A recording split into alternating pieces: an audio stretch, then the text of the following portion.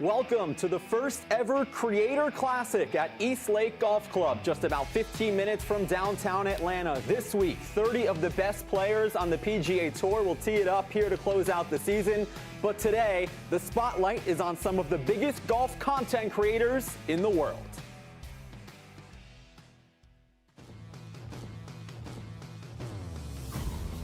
The PGA Tour is proud to present live coverage of the Creator Classic, presented by Blackstone.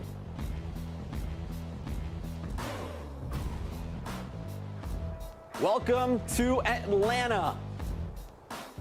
A long history of golf and sports, and today we will be adding a new chapter to that here at East Lake Golf Club, the oldest golf course in the city of Atlanta, established in 1904, and 120 years later, it has a new look for today's tournament and the Tour Championship this week as well. Jake Marsh alongside Mark Immelman. Mark, we have a tremendous tournament format for you today. Jake, we do around a fantastic restored East Lake Golf Club. 16 players will play 8 holes.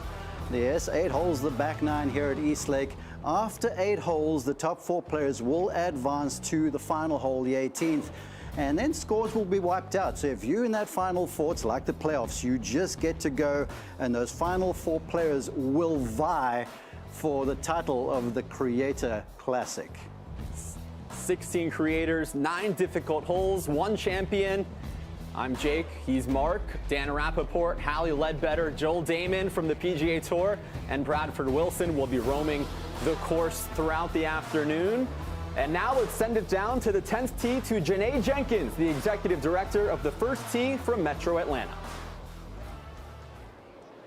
Good afternoon. Ladies and gentlemen, welcome to the inaugural Creator Classic presented by Blackstone. The ceremonial opening tee shots will be hit today by Sam Riggs Bozonian, Frankie Borelli, and Trent Ryan.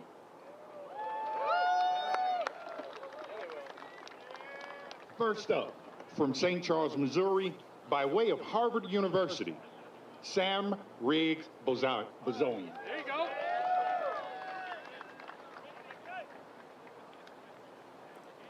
Ball's on the tee, that's you. Riggs, of course, from foreplay. Let's see if he can pipe one down the middle on this one shot. All right, nice free pass there. You heard the commentary. He goes, well, the ball's on the tee. That's the first win, because these guys, the heart is pounding. All right, off to the right, but... Next on the tee, from the kitchen of Borelli's restaurant, Frankie Borelli. The #1 New York Islanders fan in the world. That's what I'm calling him. Frankie Borelli, the lefty. Well, he's seen his buddy miss off to the right-hand side. Your heart is racing right now.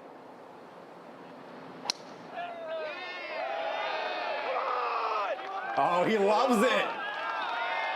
Pipes. And it hangs on in the fairway. All right, Frankie. And last but not least to the tee, born at nearly 14 pounds, from Cedar Rapids, Iowa, Trent Ryan. Trent Ryan broke 90 for the first time just a few weeks ago, and here he is on the tee box with some issues teeing up the golf ball, Mark. No jokes, folks. Your hands are shaking. He's like, I need help. Frankie's going to assist. Trent pumping up the crowd.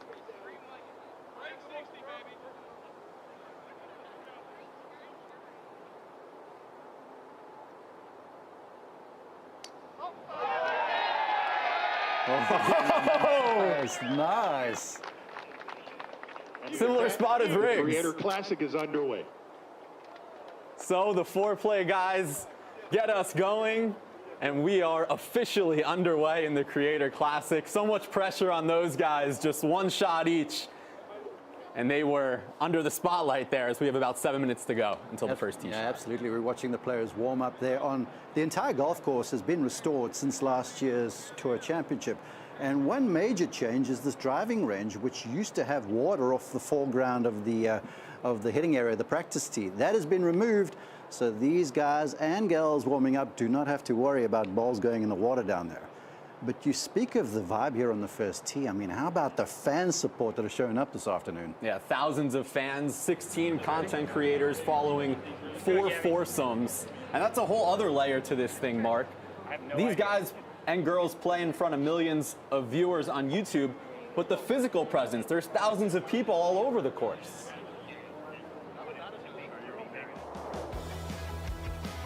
So this is something to look for. We're playing this golf course for the men in the field at almost the championship tees.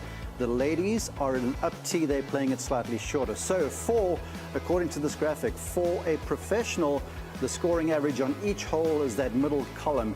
Here on the opening hole, for anyone in the 0 to 5 handicap range, they're likely to make almost a full stroke over par, so 5 on the first hole. Where the pros, this is just a handshake opener. They're like, drive it down there, some sort of wedge to a soft hole location, let's try and get under par early.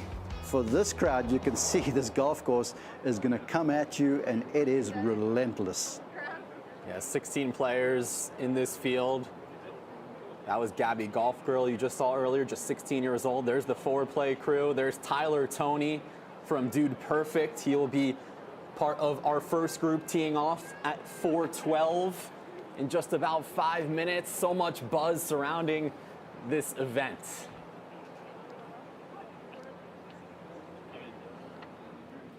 And we want to welcome you inside the PGA Tour studios alongside the one and only Mark Immelman. I'm Jake Marsh. Thanks for joining us this afternoon. Well, Mark, the countdown is over. The first ever Creator Classic is underway, and the big motion for this event is merging the PGA Tour and some of the biggest golf content creators in the world. Oh, it's an idea that's been a long time coming, to be honest with you, and to have this happen at the tour finale, where we have the top 30 golfers from the season, from the PGA Tour, on hand to start their tour championship tomorrow, yet we open it with a day like today, with all this fun, with all these big personalities around a big golf course. It is going to be all sorts of fun. Yeah, recently restored, it is going to be difficult. If there's one thing we've heard from the press conferences of the 30 players playing here at Eastlake this week, man, oh man, these 16 content creators are in for a difficult task. They truly are. And the thing about this golf course, with the restoration, the holes have changed shape. The greens certainly have been moved and changed shape. With new greens, they play awfully firm. So because of these firm greens, I feel like that just ratchets up the challenge even more. So these guys and girls are going to have a very tough time. And as I look at this, I've been looking down the list of players, doing my research, doing my swing analyses, you know what I do. And I've had my eye on a few names. I'm looking at Luke Kwan. I'm looking at Brad Dahlke, the OU boys from Good. But then, you know, I'm an older brother to a Masters champion. So I've got an affinity to older brothers. So I'm going George Bryan knocks off Wesley to win the whole thing. But keep your eye on Amy Cho. I think off the 4 tees, 2-time All-America, former professional golfer. I feel like she might be a handful for some. All right, so there are plenty of different picks, plenty of great golfers that will be participating in this event, and we are just a couple of minutes away from beginning this fantastic tournament. As you get an overhead look at Eastlake, just 10 months ago, this place was completely rebuilt from the ground up, and the restoration was committed to environmental stewardship all over the place. Well, to that, I went for a walk around Friday afternoon last week. It's the first time I'd seen it since last year's Tour Championship. And with Alex Urban, he took me around the golf course and he said to me, listen to this, 6 months ago, there was not a blade of grass on this place. Look at it now. Incredible work by all involved. All right, so just a couple of minutes until our first foursome tees off. There's Gabby Golf Girl, just 16 years old. Her dad is her caddy today. Yeah, her dad was her first coach, and this is an impressive young lady. The first thing I saw with a video of hers was this cool trick shot where she flipped a wedge up onto the air, hit it overhead, and the ball went in the hole. I'm like, okay, she's got skills.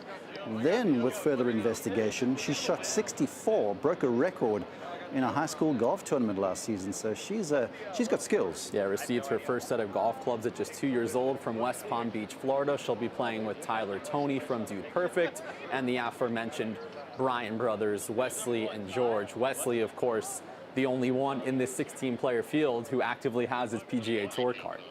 You would think he's the favorite, right? But remember, I have an affinity for older brothers, so let's go, George. Yeah, good to see you. Yeah, this is. So under 2 minutes until I'm excited. the tee gets put into the ground, and there are going to be a lot of eyes on this foursome, as we mentioned earlier, Mark. And there's the two Bryan brothers in matching shirts. One has his shirt tucked in. How do you feel about? I'm all for the shirt tucked in. They took over one of the PGA Tour live channels. This is Wesley and George Bryan 2 weeks ago for the FedEx St. Jude Classic. They were on for a couple of days, and it was entertaining, to say the least. Yeah, no doubt. Look at this overhead shot. Look at that crowd surrounding the 10th tee box. A lot of these players have never played in an environment like this. Yeah, that just lifts things a little bit more, because right now you're like that racehorse in the starting blocks. You're just waiting for the bell to go. And it feels like forever, and all of a sudden it happens, and then things come at you fast, and then you're like, oh my goodness, I've got to hit this. So this is when these folks take a breath, try and settle everything down just for that opening tee shot. Wesley Bryan, George Bryan, Tyler Toney, and Gabby Golf Girl. Let's learn a little bit more about our first foursome. Wesley Bryan, Columbia, South Carolina. My handicap is my tee ball. My name is George Bryan, Aiken, South Carolina, handicap +6. My name is Tyler Toney from Dude Perfect, hometown Prosper, Texas. Handicap is a 3. I'm Gabrielle DeGasperis, also known as Gabby Golf Girl from Palm Beach Gardens, Florida, and my handicap is a 1.6. Man, a +6 handicap. Scotty Scheffler said earlier this week that he was a +7. It's nearly straight up between them two, huh? I think Scotty would happily take that game. George has got skills, but Scotty is Scotty, right? All right, back to the 10th tee box, where our first foursome is ready to roll. We welcome you to the Creator Classic presented by Blackstone. Please join me in welcoming Group 1 to the tee. From Columbia, South Carolina, Bryan Bros, Wesley Bryan. Wesley Bryan, as we mentioned, the only player with an active PGA Tour card. He also has a win, the RBC Heritage in 2017. Yeah, that's a narrow golf course, Harbour Town, and he said that his handicap is the driver, which is the club in his hand. This hole is 409 yards today, straight away, landing area blind. I want to favor the left-hand side.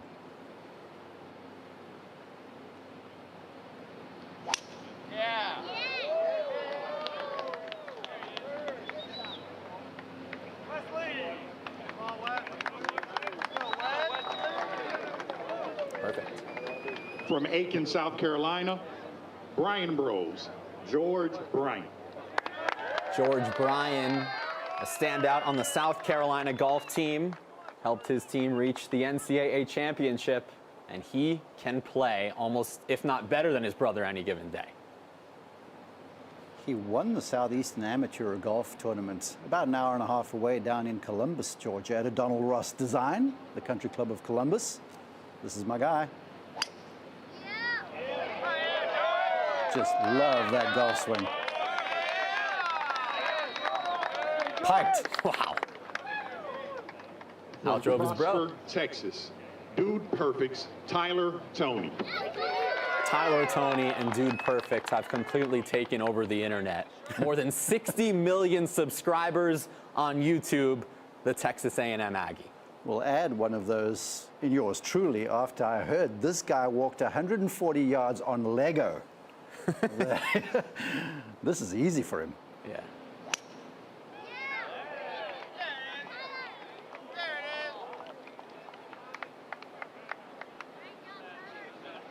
And from West Palm Beach, the right. Florida, Gabby Golf Girl. Gabby Golf Girl, as we mentioned, just 16 years old with her dad, Ron, on the bag. He has been coaching Gabby since she was a kid. Well, you can see the energy there. She's got to go to the forward tee, and now the energy, the adrenaline is surging through that little system, and she wants to run down there, but you could see the sanity sort of set in, going, okay, can't be running down there, maybe get out of breath. Let's just take my time. Let's own my moments, because this is kind of a tone setter for the day, this tee shot. Yeah, no doubt. She's collabed with a handful of notable golfers earlier this year with the one and only Nelly Corda.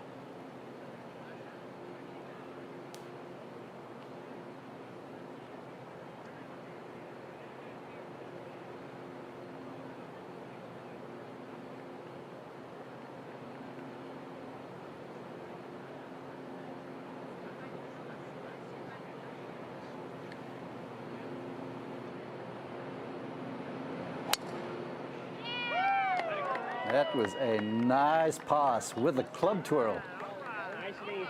Post that one. Simple game. So a fantastic start for the 16-year-olds, and group number 1 is off and running. Wesley Bryan, George Bryan, Tyler Toney, Gabby Golf Girl off and running in the first ever Creator Classic presented by Blackstone. We continue after this. And we have an interested spectator here. It's Commissioner Monahan. At his State of the Tour address with the media this morning, he's bullish on the future, and especially about events like this, where we're blending kind of the new and the old in a little way. It's such a revered venue in Eastlake. Yeah, it's just got to be straight. All right, so we are on the fairway. Gabby Golf Girl is first up as we welcome in Dan Rappaport. Good afternoon, Dan. What's going on, boys? I'm definitely a little sweaty out here, but ready to watch some golf. Right, no good. She's got about 130-ish yards up the hill to a front pin. These greens are very firm. That's been the talk of the tour this week, is how firm these new greens are. So she's got to hoist one up here. Go. It's on a good line, just don't know if it'll hold. A little out in front of that one. You can see the body sort of stall through contact. That hole is about 7 yards above the landing area, so almost a half a club for her. Just a slight misstrike. Left bunker green side is not a bad place to be.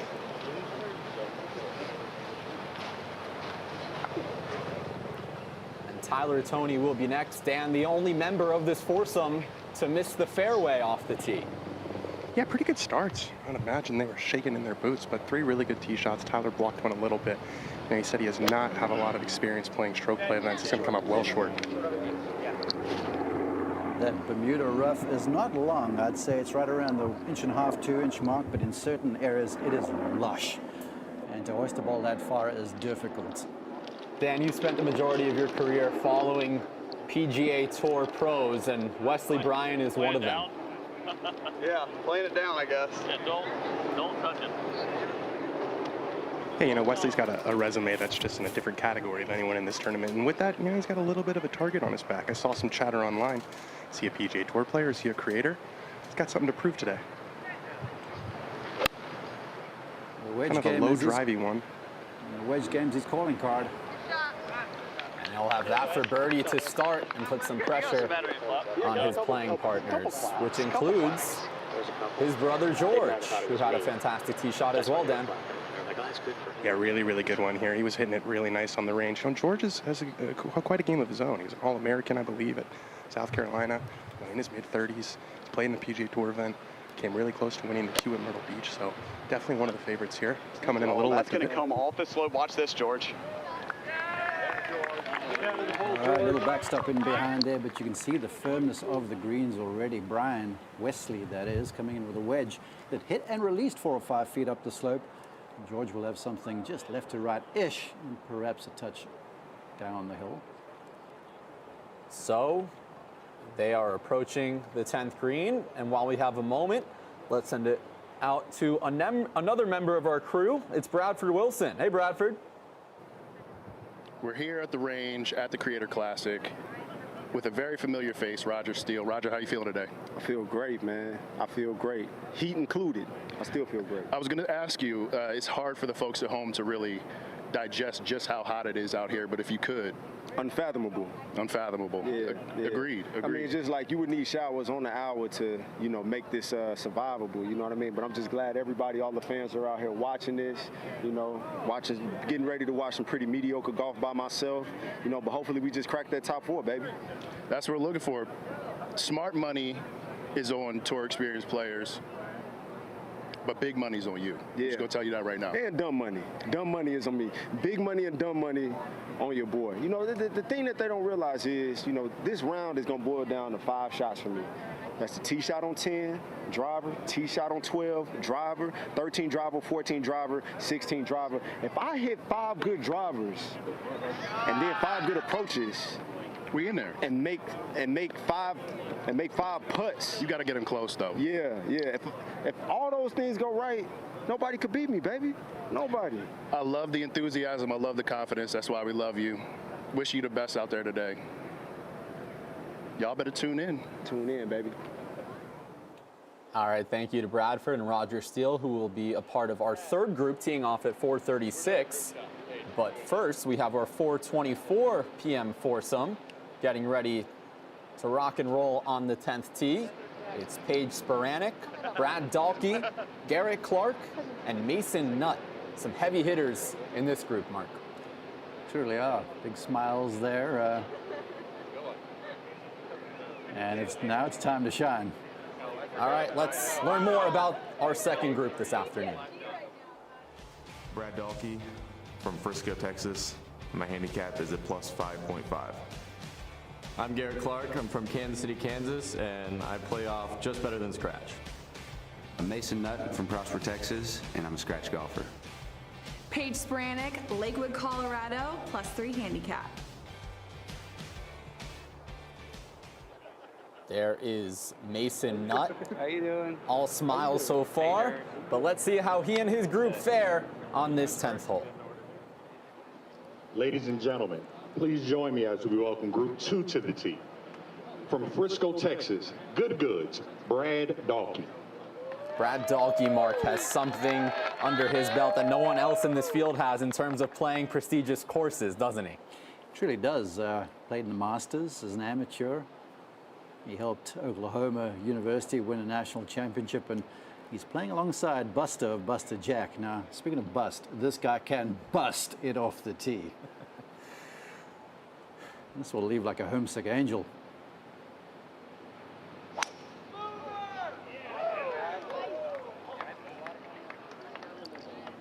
Wesley Bryan is of average length from the PGA Tour. Look at that. That is taking aerial shots. Good Goods, Garrett Clark. Garrett Clark, the brains behind creating Good Good, a channel that has roughly 1.7 million subscribers on YouTube. It's crazy, isn't it? I'm amazed and astounded at the stuff these guys do, and you watch the content, and it's epic, it's entertaining, it's appropriate, it's lots of fun. Did a swing analysis on this guy last night. Man, he is impressive. Didn't pick up a golf club until the age of 14, too. Yeah, he's an athlete. He's also played basketball and baseball. From Prosper, Texas, Buster Jacks, Mason Nutt. Mason Nutt played his college golf at Oklahoma Baptist, and he can hit the ball, can he? Okay. Wait, you want to flex?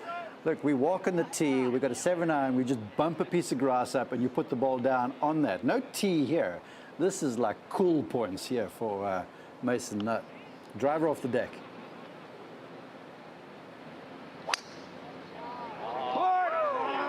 Get left, ball.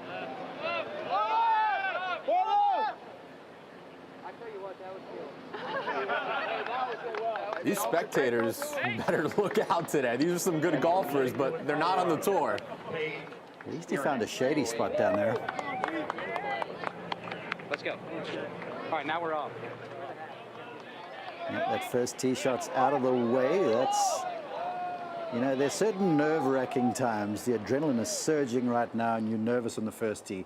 And that sort of wanes a little bit, and if you're in contention, then it ramps up again. This is our first birdie putt today. It's for Wesley Bryan. Can he start off with a circle on his scorecard?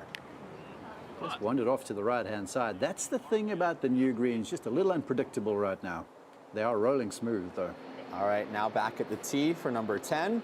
It's Paige Sparanek, the most followed female golf content creator with 11 million followers across all of her channels. She still hasn't come on my On the Mark podcast. What's that all about?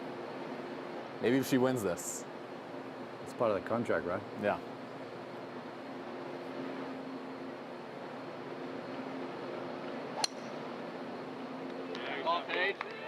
Good golfer in her own right. Played at San Diego State, turned professional for a little while. And as you say, now it's got her own channel and gives golf tips on top of all of that stuff. Yep. So, tell you what, we've seen 8 tee shots so far. The majority of these players do not seem fazed by the moment. Well, that was the thing with this whole Creators Classic, is these are good golfers. These aren't just YouTubers and such. These are people that can really play the game. This is a birdie chance for George Bryan. We saw his brother Wesley miss for birdie, and this one off to the right. Don't leave that one short. He'll rue that. As group number 2 walking their way to the fairway, Paige Spiranek, Brad Dahlke, Garrett Clark, and Mason Nutt. I believe 6 of the 8 tee shots so far have hit the fairway, so the nerves aren't present at the moment so far. That fairway is not wide by any stretch of the imagination either. Down there in the landing area, it narrows to about 22 or 3 yards, so it's a narrow target. One thing, though, with the restoration, Craig Green, the gentleman who came in here and did this, he's opened the area up. Used to be a whole lot more trees down the right-hand side, so the sight lines for the fans are better, and if you're going to miss down that right-hand side, it's certainly way more doable. And you see Garrett Clark, before this tournament began, alerting the PGA Tour to watch out for the fans on the left side of his first tee shot. But Garrett, you're selling yourself short right down Broadway. I saw that. That made me laugh. It truly did. I mean, that's a golfer who's ready for this, who doesn't take himself too seriously. And that's the best way to be. You know, you want that equal amount of I care, but also don't care, and I'm really going to have fun with this. All smiles after one shot in this tournament.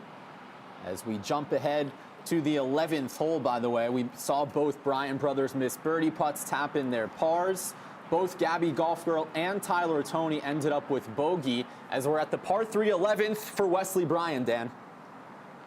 Yeah, probably about a 5-iron. This is on a really good line. It's cutting just right of the flag, and they were saying on the way up here, pars are good, so let's see if this catches it. Yeah, good shot. And it better settle down. There's a little fall-off area down that right-hand side. It's okay now. Green is a whole lot wider than the original version from last year. And there's some sneaky hole locations in the back left-hand side of this target, Dan. George is going to follow his brother here. And I just think their experience, having played in tournaments, will really come in handy today. Just having people around, and just those little 2-footers on these fast greens that, you know, some of these creators aren't really used to putting. This is a pull. This is trouble. 4. Actually, maybe 5. My God. That's a fine spot to miss. That is a feature of the golf course. That whole area over there is now fairway approach. So he does have a little wiggle room. That's not his best attempt ever. Yeah, I'm a little used to that shot being worse than it is now. So Tyler Toney ready to roll. Our approach shot tracing technology is provided by Coke Zero Sugar. Only fitting being in Atlanta, of course, the Coke factory downtown. 4 right. This is a foul ball. Right down where his opening tee shot kind of came to rest nearly.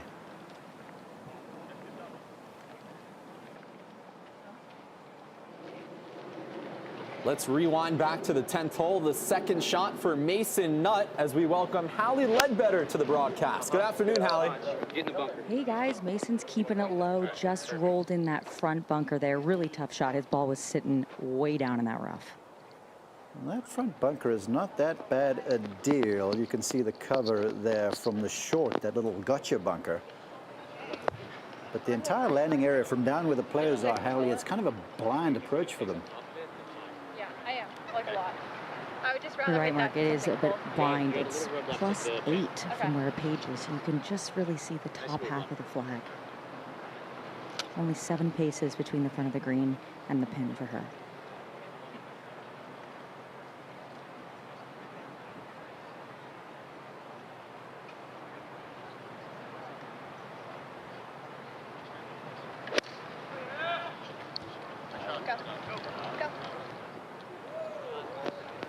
All right, no damage down there in the fairway approach. She can probably get putter on that. Wasn't her best strike. Could be worse. As we jump a few yards ahead, it's Garrett Clark. We saw that tweet earlier, Hallie. First tee shot left, not even close to the case. Yeah, 84 yards for Garrett here. Just an easy wedge for him.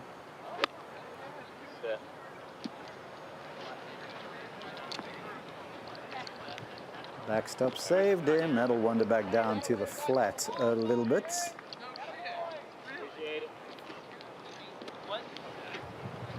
And finally, it's Brad Dahlke. Hallie, he drove the ball 342 yards to begin his tournament. You know what? I asked him earlier what he averaged off the tee, and he said 330. He was being modest. 67 yards left there for him.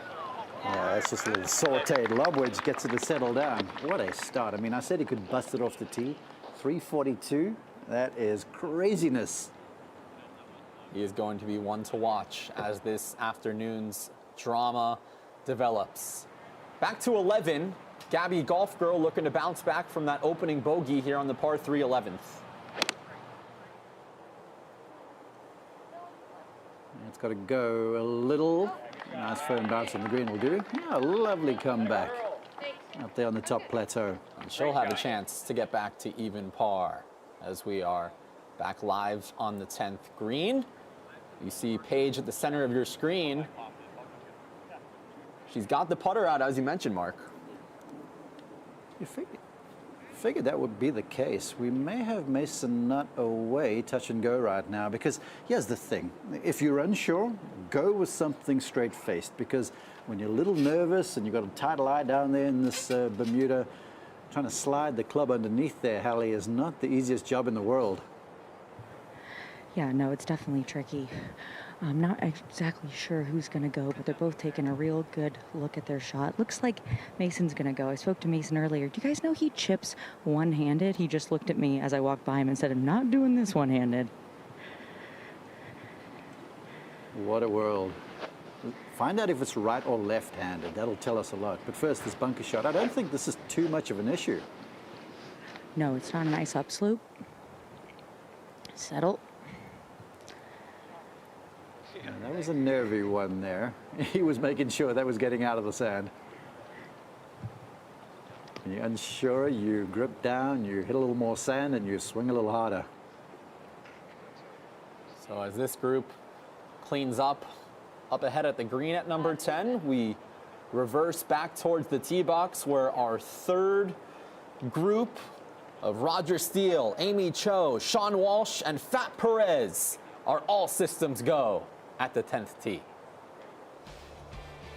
My name is Roger Steele. I'm from Chicago, Illinois, and I'm a 0.1 index. Sean Walsh from Keller, Texas, and my handicap's plus 5.2. Nick Stubbe, a.k.a. Fat Perez, from Richmond, Virginia, plus 1 handicap. Amy Cho, Los Angeles, California, no handicap since I'm a pro. So, some fireworks expected in this group of Roger Steele, Amy Cho, Sean Walsh, and Fat Perez. Let's send it back to Janae Jenkins for the tee announcement.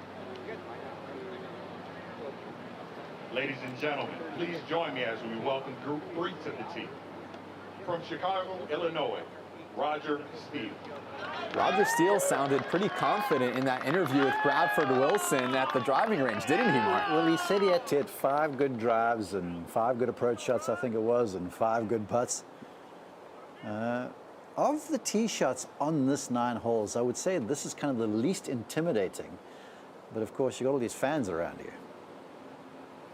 Yeah, each player was asked to give their over-under for the 8 holes they'll be playing in stroke play. Roger Steele said he thinks he can shoot even, 31.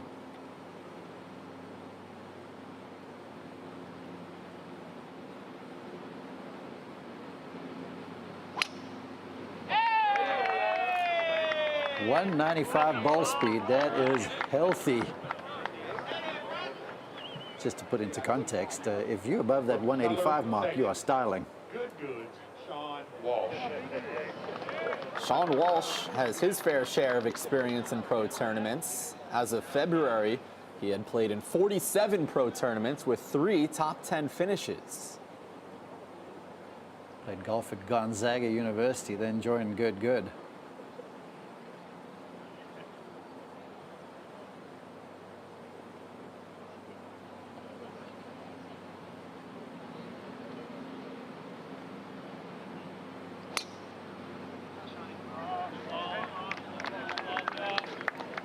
Not as fast as Roger, but that'll do just fine.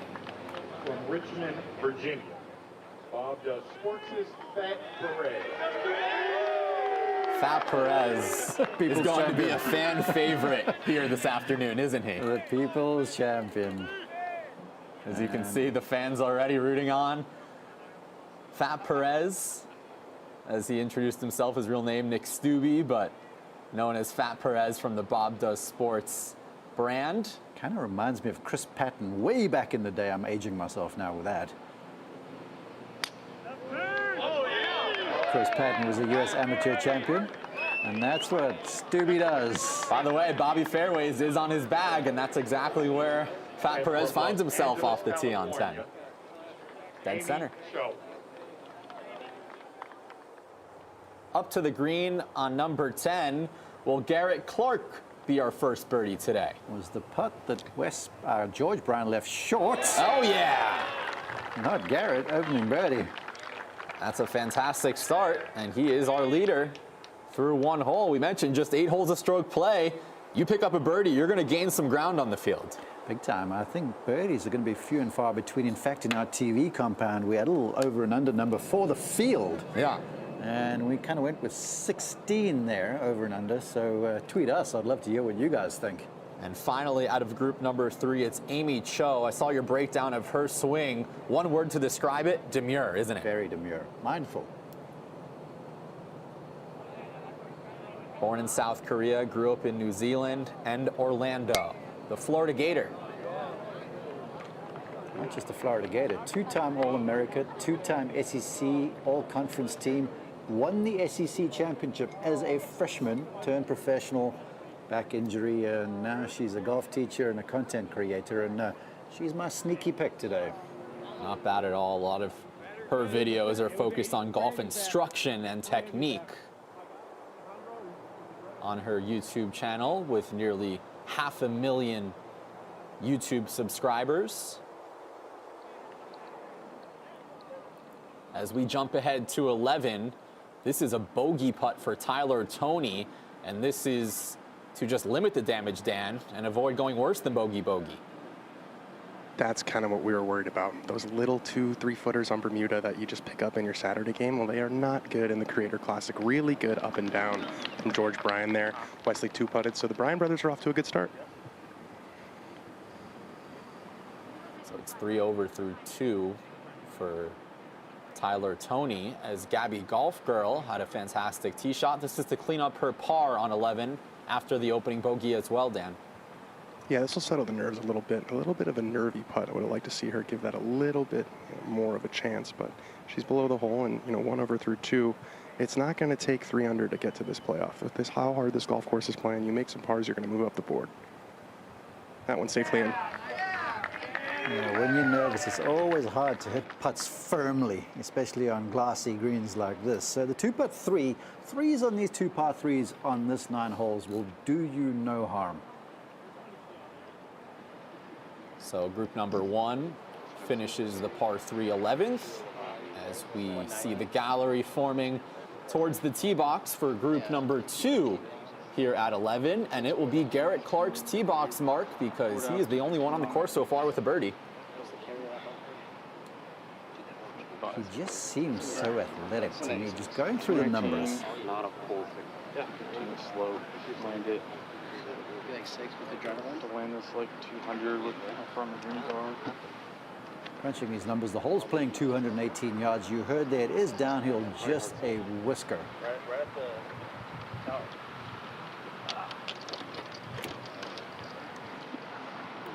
Might be pretty cool, actually. I think it's perfect number, yeah. 50 minutes. So Garrett's talking to his caddy, Blake Mullen, the newest member of Good Good, who joined just a few weeks ago. As you see the fans taking a stroll on this restored golf course. So where do I put in my resume to join Good Good in the field? Is there such a place? I don't know if there's a formal application process, but they've got a good thing going on, no pun intended. Well, I heard 6-iron from 218 downhill. That should be ample with the firm greens. I need to go, Blake. A little thin. It's fine now. Look at that thing running through, though. Yeah, the thin strike ball coming in there a little flatter. It's now through the back. This is a tee shot for George Bryan at number 12, going with an iron. Should be short of that bunker. It's about 280 to get there. Wesley played first and hit it right at it, just short. So I think that's a good aiming point for these guys. It's just a setup tee shot, this down 12. It's the whole of all the 18 around this golf course that hasn't changed that much. Back to 11, Brad Dahlke on the tee. Hallie, his tee shot after an opening par. Yeah, really nice, easy pars. Putt just slid by. This one going so high, just left of the hole. You can see there it's taking the slope. There's a slope just to the left of the cup and also to the right. Ideally, you'd want to land it just a couple yards further than that and get up onto that second section. That one just 36 feet away, so a good start. Excuse me, that was Garrett Clark's 36 feet away. Clark will be inside of that as we look at Mason Nutt looking to ease the nerves after an opening bogey, Hallie. Yeah, hoping to settle the ship a little bit. Was a little shaky on that last green. That one flared out to the right.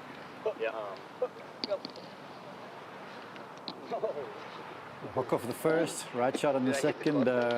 Nerves, and he's also a little unaware of where the golf club is in the golf swing right now. That is not the happiest place to be as a tournament golfer. No.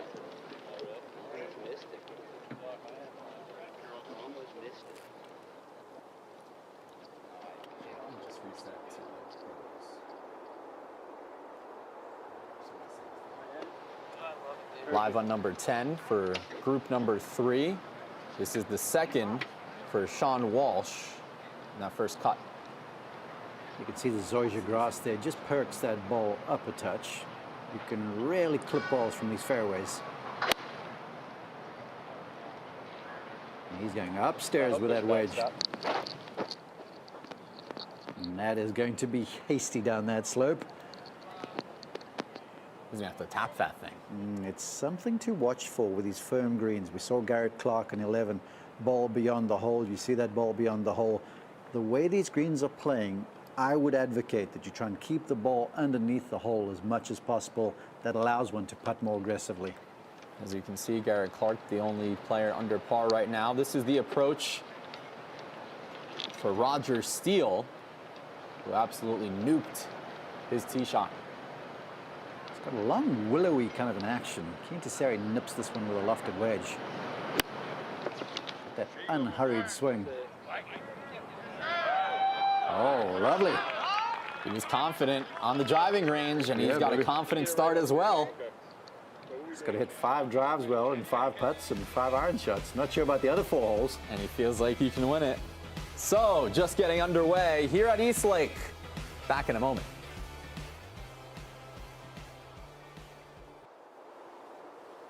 Welcome back to the inaugural Creator Classic at East Lake. 12 players have teed off. We have 4 more to go. Let's learn more about our 4th and final foursome this afternoon. I'm Michael Morris. I'm from Jupiter, Florida, and I'm a scratch golfer. Peter Finch from Manchester, UK, and I'm a professional golfer. I'm Mac Boucher. I'm from Uxbridge, Ontario, Canada, and I'm a 0 handicap. I'm Luke Kwan. I'm from Dallas, Texas, and I'm a +3 handicap. So some fantastic skill in this foursome. Let's send it out to the tee box one last time for this last group. Now on the tee, please welcome our final group of the day from Jupiter, Florida, Micah Morris. Micah Morris regularly plays in pro-ams, various other tournaments, and recently made a wildly popular video where he golfed with Rory McIlroy. He did, and Rory was like, man, I've been looking forward to seeing you hit it, because Micah Morris, nicknamed Tig, he's not very tall. He's about 5'9", but he can smash it. Yeah, ball speeds of 195 plus. Insane. He's been called Tig his entire life. His dad used to work for a coffee company, and there was a truck company called Tigator. He liked the logo, so his dad got him a hat. He wore it till he was 4. The hat fell apart, and it just said Tig, and stuck. There's a little fairway finder there, just a caress with a driver, 177 mile per hour. From I dream England, about drives like Peter that. Finch. Peter Finch from England. Man after my own heart. Podcast host and a golf teacher. The only Englishman in the field this week. He started out as a driving range instructor, and here he is on the tee box where the Tour Championship is taking place. Very organized pre-shot routine. He knows his stuff.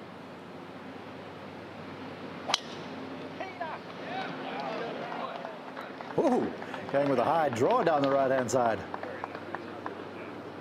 From Canada, Mac Boucher. Mac Boucher rocking the black glove. And teeing that one up pretty high. Okay, but he has a right-handed driver there in hand. Could kill you, head's on a swivel. And he's a lefty. Oh, what is going on here? Trick shots, baby. Why not? First tee nerves, whatever. That is absolutely insane. We'll miss the fairway, but Texas, you can play with that. And Luke Kwan, this is your under-the-radar guy to look out for, isn't it, Mark? My under-the-radar guy. Played a few years as a professional before a horrid injury. Had to have emergency brain surgery. Made 31 of 47 cuts in his pro career.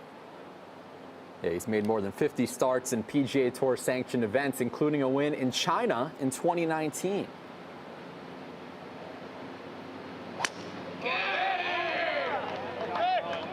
A little out in front of that one. Might be out to the right just a touch. And that ball just disappears in this rough, doesn't it? Here's another look at Mac Boucher's trick shot to begin his tournament, the upside-down driver. Okay, you need some skill with that, but you need a whole truckload of confidence to pull that off. Nervous first tee shot, all the fans are out, and you flipped a right-handed driver upside down. What is that? Did you see me trying to tee up my ball? It took me 5 attempts just to get the ball on the ground. I was like this. A little scary, a little scary. Well, you had it unbelievable. Nice cut down the middle of the fairway. Are we going to see that the rest of the day? A little mixture, I think. I think if we can turn that over, I think we'll be in good shape. So we'll definitely see it again. It'll come out. Awesome. I'm looking forward to it. All right, thank you, Joel. We're excited to welcome Joel Damon to this side. Yeah, this side, the dark side of media. When I see Joel Damon on the golf course again, I think he's going to play in Napa. I won't be out there, sadly, but I'm going to challenge him to go with a lefty club upside down off the first tee. Yeah. We're on the 11th green right now. Paige Spiranek started off with a bogey, but Hallie, she has a chance to get back to even with this birdie putt. Beautiful 9-iron in here. This is really quick, playing this just outside the right.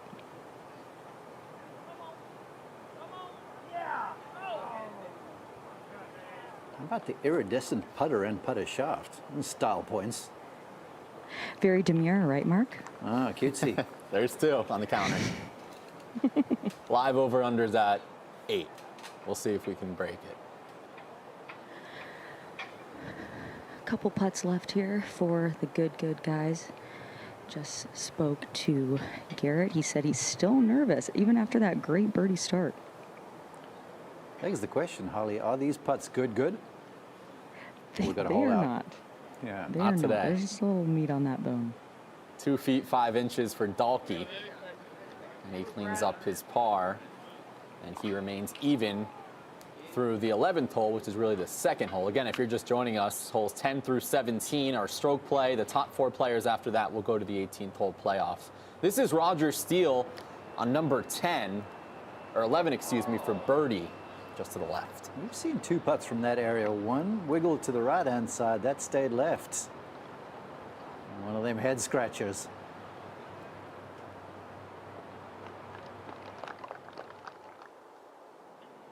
Over to 12 now. This is a birdie putt for George Bryan, Dan.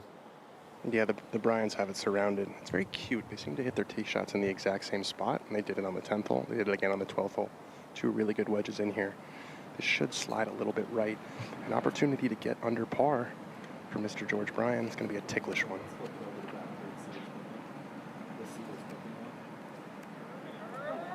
Can't stay there. It cannot. It simply can't. One more Okay, inch. Defying gravity, but that's 2 now. He's had 2 really handsome looks on both 10 and here that he's left short. To iron that out if he wants to beat little brother. And let's see if this putt for Wesley, this is what dreams are made of. You know, just off the right edge, up the hill. Perfect wedge shot in. Oh, he missed it low. 2 missed opportunities there for the Bryans. Yeah, Dan, they've been getting on the green with no issues, but right now still looking to capitalize with the flat stick. Yeah, I think everyone's just a little bit defensive on the greens. I think, you know, when you don't play greens this fast very often, you're very, very scared of the comebackers. So I think everyone's being a little bit tentative. I think everyone knows that par is a really good score out here. All right, live on 11, Roger Steele on the par 3. So skinny. Great ball. So Great stroke. Sit. Roll back. You good? Okay, that's going to be a just crept back to the edge of the fairway. That's going to be challenging. Up the slope, down the hill. You roll back now. I just said between 5 and 6. Give me 6. Just rip it. Love it. That's his friend Ed Hills on Roger Steele's bag. As we set the stage for Sean Walsh coming off an opening par, a member of Good. In April of this year, he actually played in a Korn Ferry Tour event. The Veritex Bank Championship in Texas. He did miss the cut, but if you're playing in this event with Korn Ferry experience, you're going to be deemed as one of the favorites, aren't you? Yeah, you would think so. Really good player. He was introduced to Good by his good friend Luke Kwan. And was asked about that as he hoists that one on a good line. Stay right. Okay, was asked about that. He goes, oh, it's just playing golf with my buddies with a few cameras around. Kind of like today, isn't it? And a few thousand more people. Hundreds of thousands watching at home. As you can see, Bobby Fairway is using the rangefinder. That won't be allowed later this week from the caddies, but today, good to go for Fat Perez. Love this action. Had a little fun with Fat Perez on our social media accounts where we compared his golf swing to Rory McIlroy's. He is silky smooth. His commentary on my analysis was like, well done. That was like comparing a sloth to a cheetah. Fat Perez is dancing on number 11. Yeah, that's something I'd like to see. Him dancing on 11? His golf ball is. Yeah. Yeah. All right, jumping ahead to the 13th hole. Thank you.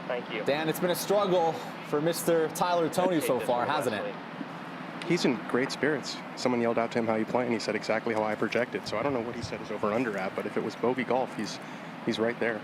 Also, not sure why he went first, but hit this one good, just bleeding. Gonna miss in the right rough.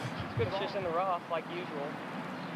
We did get his over-under at 36, which would be 5 over through Hopefully the we 8 can holes. just see the ball this time. No, that's not.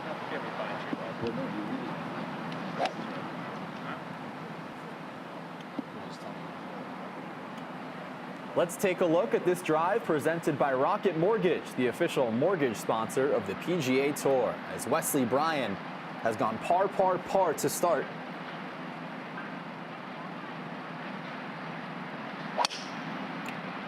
Big high cut. Nice. Yeah, should be in the left side of the fairway. Good tee shot. Nice ball. Good ball. Yeah, really good. 268 carry. New feature on this hole.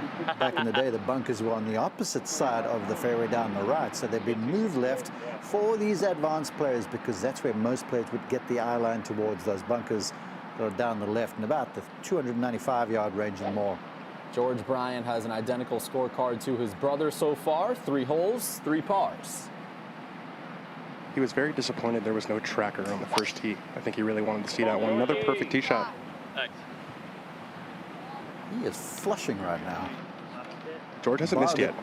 Yeah, bar the tee shot there on the second hole, the 11th. He has been right on the button. Yeah, George was actually a runner-up in the queue at Myrtle Beach. A bunch of the guys in this week's event played in that. George lost in a playoff to Matt Atkins. That was an event that would have granted you a spot in the Myrtle Beach PGA tournament. As we jump back to number 10. Tee, terrible eye, had to almost lay up to this spot. Pretty basic chip up the slope. And these greens are firm out here. They are new and firm. Yeah, he picked the right shot there to try and bump it into the slope, but those firm greens just carried it too far, and now he's got his hands full. But Joel, you kind of feel like as you look at this Bermuda rough and the firm greens, that kind of being in the fairway is paramount to success.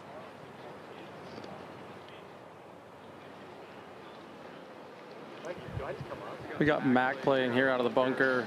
Pretty basic shot, upslope. Shouldn't have too much trouble with this one. Mac Boucher, born and raised in Canada, played D3 golf at Adrian College.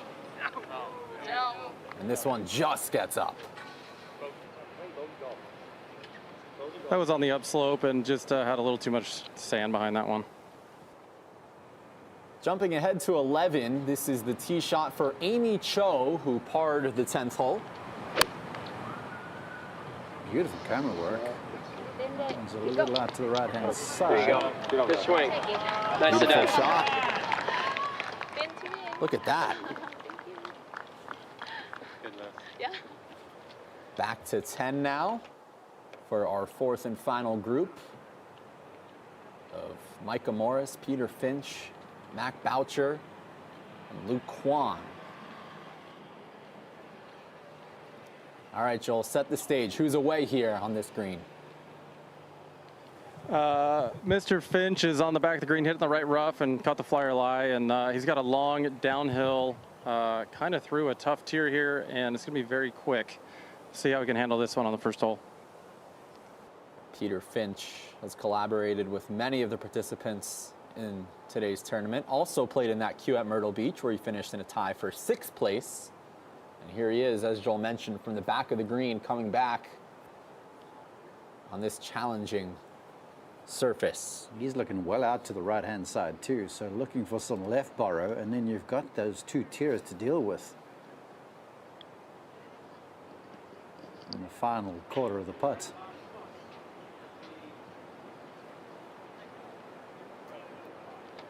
All in all, pretty sporty from up there. Yep. Over to 11 now. Roger Steele flew the green, and now he chats with his friend Ed Hills. Long lost twins and friends, perhaps? Looks like it, don't they? Lucky that ball released down to the flat in that chipping area. But still, it's a very tight lie. You need nerve and skill to clip that away there, and he's done pretty well. He'll have a chance to save par as that ball came back a little bit as well. As we are back to 10 right now, Luke Kwan has just under 27 feet just to save par here, Joel. What do you see on this putt?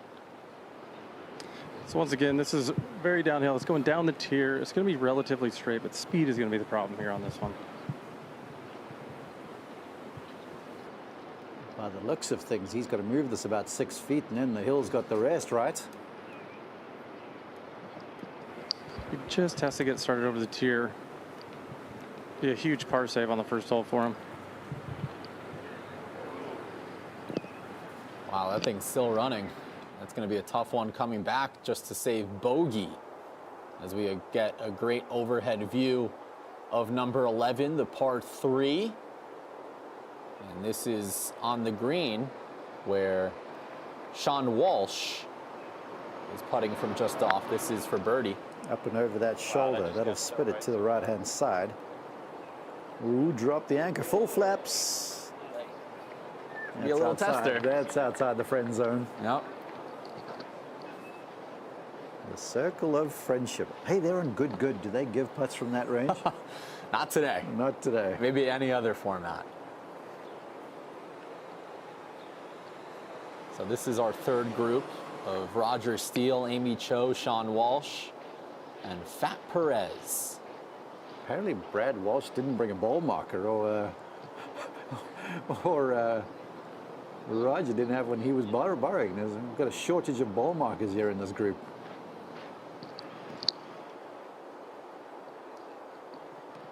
So right now, 3 of the 4 players are at even. Fat Perez did bogey number 10. And here he is from 49 feet to get back to even.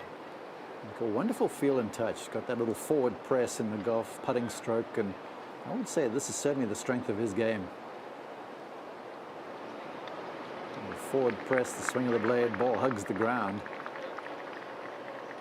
Useful. Yeah. Could be worse.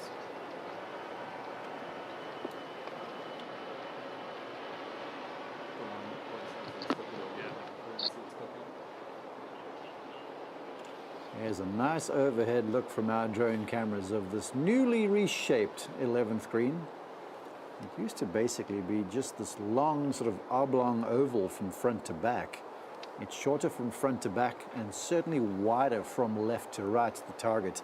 But you've got those aggressive bunkers here in the foreground that cut into the surface. Amy Cho has a birdie opportunity as she is using an East Lake caddy, and you've got to think some people using friends and family. Using an East Lake caddy has to give you a little bit of an edge, doesn't it? Well, certainly, but I feel like these East Lake caddies are learning the greens too, because they've been here for ages. They've known the place like the back of their hands. Now all of a sudden, the script's been flipped with the new greens.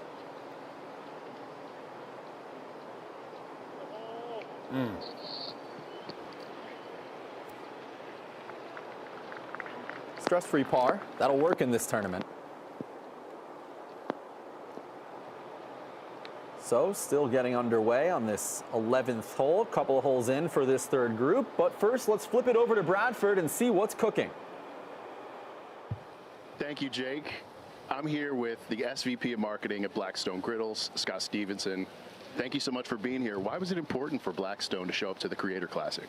Well, thanks for having us, Bradford. We really appreciate being here. So we came on as a sponsor of the PGA Tour in May, and have really hit the ground running, creating a lot of content and bringing it to the golf world. And just like all of these creators that are here, making golf more approachable for people, all of our content that we like to produce really revolves around the consumer and how to make things easier and more approachable, cooking at home for them too. So Stephanie T here is one of our most popular content creators, and she's cooking an amazing dish here that we'd love for you to check out and try. Absolutely. Thank you so much. Yeah, thanks. Chef Stephanie, talk to me. What we got?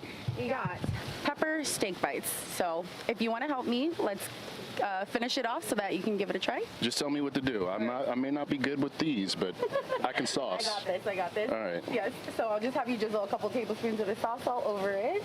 But yeah, this is so versatile. Like, cooking on a Blackstone is super versatile. You can pretty much make anything on here. You can make desserts, you can fry up, even like fried chicken. You can do pretty much anything on a griddle.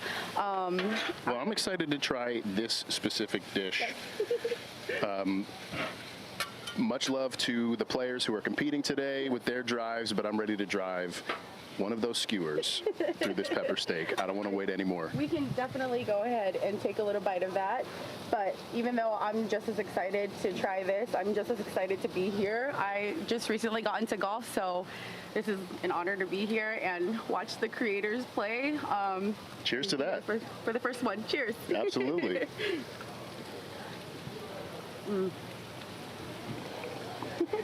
No notes. Chef Stephanie, thank you so much. Thank you. Back to you, Jake. Man, I'm hungry as we watch Roger Steele try to save par. I thought we got the good gig with the air conditioning. Apparently we've got the bad gig That's with the the food trade-off. outside. Yeah. That's a nice putt. That's a sensational save from behind the green. He knows it too. And while we have a moment, let's send it out to the course with Dan Rappaport. I'm here with the Bryan brothers. I got to say, you guys with the PGA Tour experience, you're the favorites. Do you feel like there's a target on your back this week, Wesley? I mean, not much. First and foremost, before we go any further, everybody that went into putting this event on, all the people out here on the golf course, I mean, lugging the cameras around, huge shout out to PGA Tour, the Tour Championship, and honestly, all the creators coming and making this thing special has been awesome. Now, with that being said, target on my back, huge target on my back. I feel like there's, if I lose, that I have no validity in the game of golf is basically what it feels like. So I'm out here competing. but number one goal is to beat George. If I beat George, I do feel like I will win the championship. I feel like you guys have hit the ball within like 5 yards of each other off the tee. Is that by plan? It's been a little bit of a surprise. I didn't know what to expect off the tee and into the greens, but yeah, it's just fun to compete and feel those tournament nerves and really blend what we do on YouTube, professional golf, and like just kind of merge it into one and like bring YouTube to a championship venue. It still feels like a kid in a candy shop. We're on the fourth hole, was it 13? And I'm like, holy cow, is this real? So yeah. It's very real. You guys are playing well. We'll throw it back to you guys, Mark and Jake.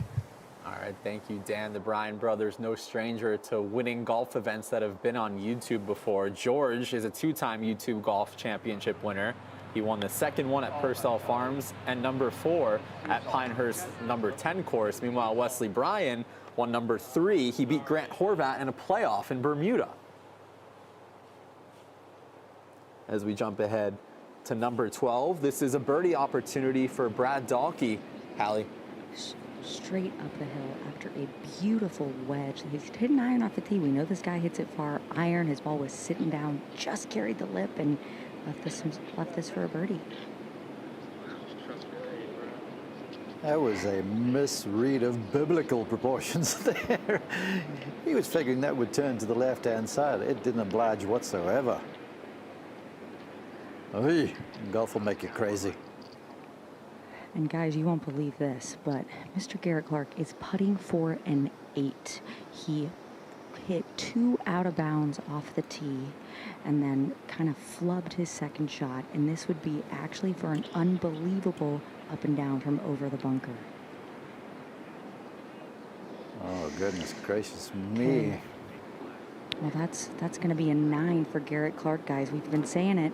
You know, this is stroke play. There is no just pick up and move on. You got to finish it out every hole.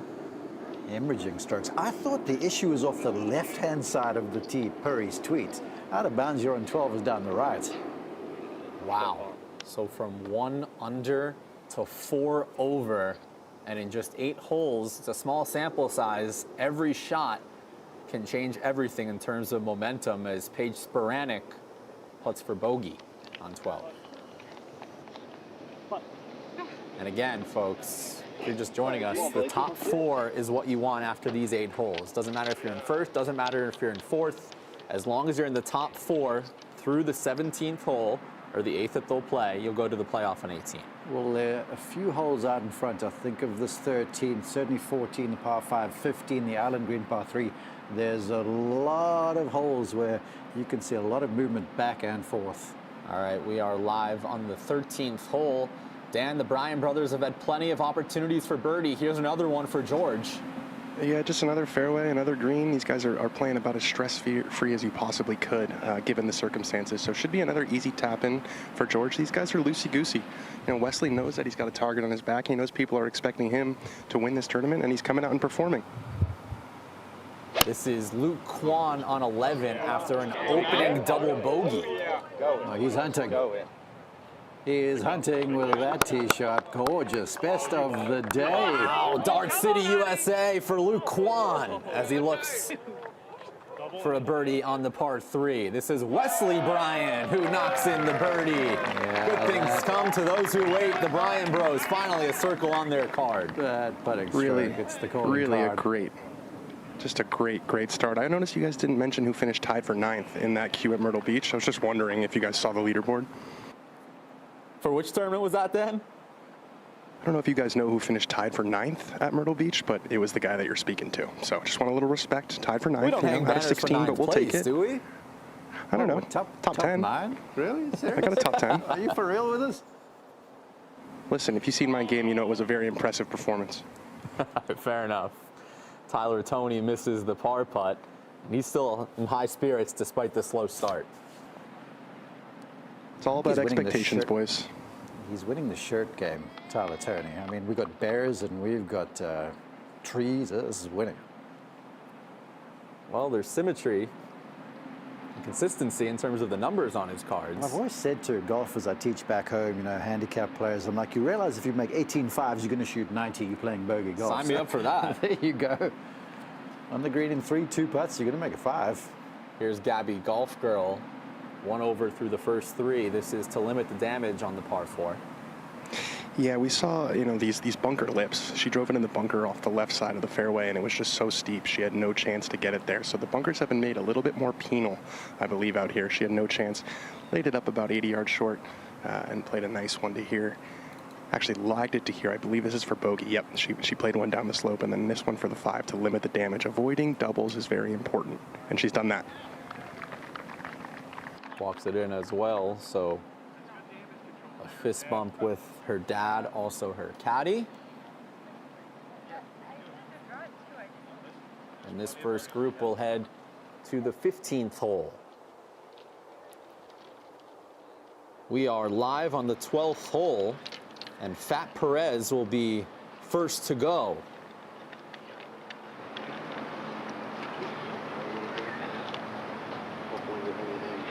Par 4.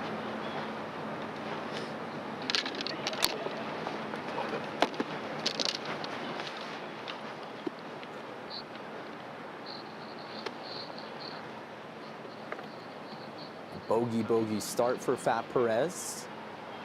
As we mentioned earlier, Robbie Berger, also known as Bobby Fairways, caddying for him this afternoon. The two of them very close friends, key members of Bob Doe Sports. Their chemistry, of course, part of what makes their channel such a big success in the YouTube world. He's posing. Oh, yeah. Fat Perez rolls one close, and he'll have a chance for birdie after a bogey start. That's you.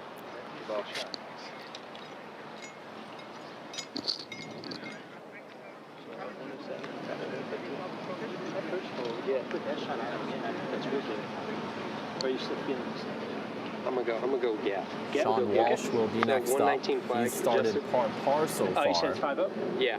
Yeah, 118 pin and okay. 97 to cut. Perfect. Yep. So like 112, 113 probably is perfect. Love that.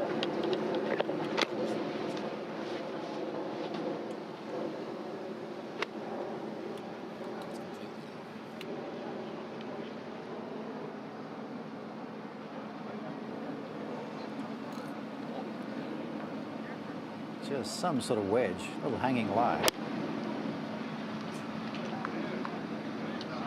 If that's the right distance, it's going to be nice. Should be good. Okay, beyond the flag a little.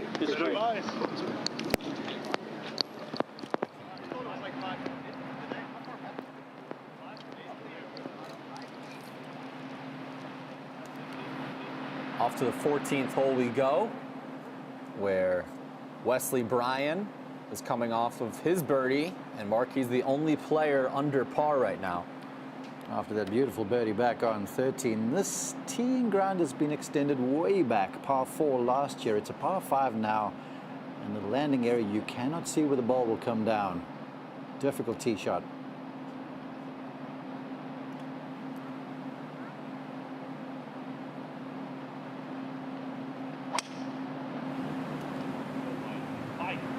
Very easy to hit it down the left-hand side. There's a huge stand of trees down the right, and that'll be a commonplace miss.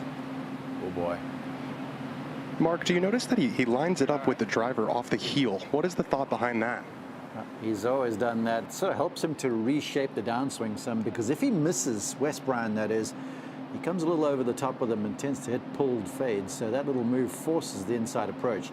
Now, George Bryan, as far as golf swing lines go, this is about as pure as you will find. It's up and down the plane, hits it flush, and he can hit whatever he pleases. Mark, I'm getting the sense you actually like this golf swing. Correct me if I'm wrong.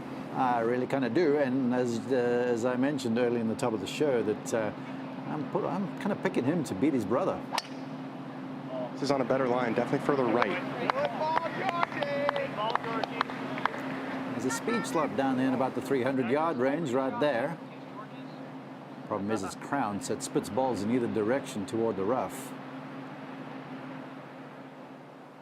This is a par putt for Micah Morris on number 11. Par on 10, and a few feet to make it 1 on 11. Can he do it? Indeed. That is a great up and down out of Micah. They're hitting the front bunker and just drilled another 5-footer there. Luke Kwan hit a 6-iron in here, absolutely flagged it. It looked like it was going in from the tee box. He's got about 4 or 5 feet, relatively straight. Just got to read from Mike as well. If I'm a betting man, this one's going in.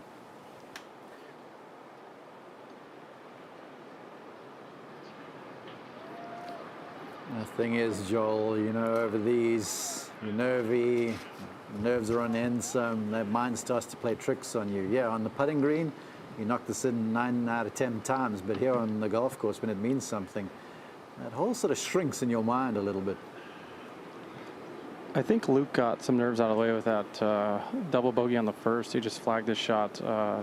Nerves are settled in a little bit, and I think he's going to play great the rest of the way.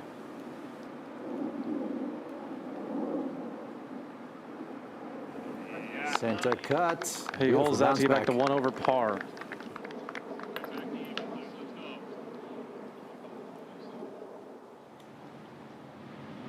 This is the second for Roger Steele on number 12. A mammoth tee shot down there. That's just a clip with a lob wedge. Wow. So a chance to tie Wesley Bryan at 1 under par, and a nice little handshake with his caddy as things are starting to get interesting here at East Lake. The first ever Creator Classic continues after this. Welcome back to the Creator Classic presented by Blackstone. Beautiful look at downtown Atlanta, Georgia. We're just about 15 minutes outside of downtown here at the restored East Lake Golf Club, the oldest course in Atlanta. It was established in 1904, and here we are at the first ever Creator Classic, where right now, to not many people's surprise, it's the current PGA Tour player Wesley Bryan, the only player under par. Yeah, but there are a few guys to me that are looking really good. Aside from West, there's George, who's hitting the ball on every green in regulation, has not made anything. And Brad Dahlke, man, that guy's got guns. So you figure there's 2 par 5s in front. He'll reach both if he hits decent tee shots with irons. So I think there's a lot to look out for there. Yeah, again, if you're just joining us, the format of this event, for the first 8 holes, holes 10 through 17, everyone's playing the back 9. It's stroke play, and the top 4 will then head to a playoff on the par 5 18th. Doesn't matter if you're first through 8 holes or fourth, the scores will be wiped out, and you'll have 1 sudden death hole to declare a champion. As we look at Roger Steele, who has started par, and he has a very makeable birdie putt here to tie Wesley Bryan for the lead. And they giving this one the full Monty, calling in his bag man to take a little peek. Everything on this green from his angle should move to his left-hand side. It's all about speed, sort of dealer's choice. However wide you want to go, you've got to hit the ball just that little bit softer. This one's 7 feet 9 inches for birdie for the Chicago native.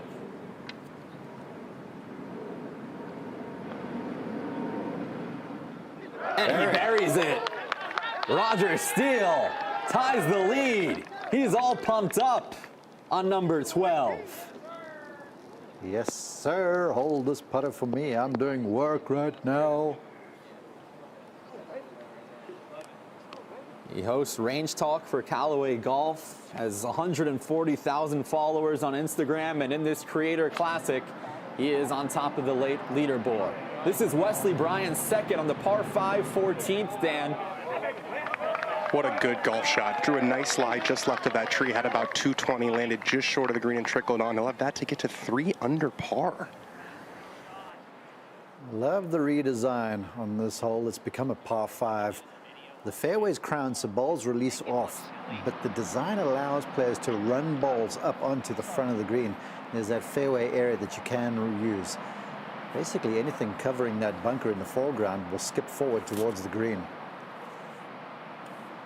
Our approach shot tracing technology is provided by Coke Zero Sugar. So here is George Bryan in that first cut. As Mark mentioned, during the restoration, this hole changed from a par 4 to a par 5. As this one has gone left. well short left. The whole course just looks older. It looks like it's been here longer. I really like what they've done with the place. Yeah, that's George's wife, Milsom Bryan, on his bag this afternoon. That's a couple 5-irons on 11, and here on 14, he's pulled down the left-hand side. Something to keep an eye on. As we are live on 13 right now. Hallie Dalkey has a birdie putt. Yeah, he's just off the front of the green here. Very similar line to Mason Nutt, who will be keeping an eye on this one. Just about 6 inches outside the right. Guys, these fringes are about as pure as most greens. Break in there. That ball rolled through that fringe pretty well, Harley. Just a little bit left for his par 4. To me, this guy's looking really primed right now. We are live on number 14. A beautiful tee shot from Gabby Golf Girl, Dan, as she looks this second shot over with her dad and caddy. She has got the tour mannerisms, you know, got the yardage book out, the pin sheet. Obviously a very experienced tournament player. She had a lovely drive that tumbled down the right side. Only about 170 yards. She does have the furniture out, but there's ample room over that bunker in front, probably 30 yards where she can land it and run it on. This is a good look for her.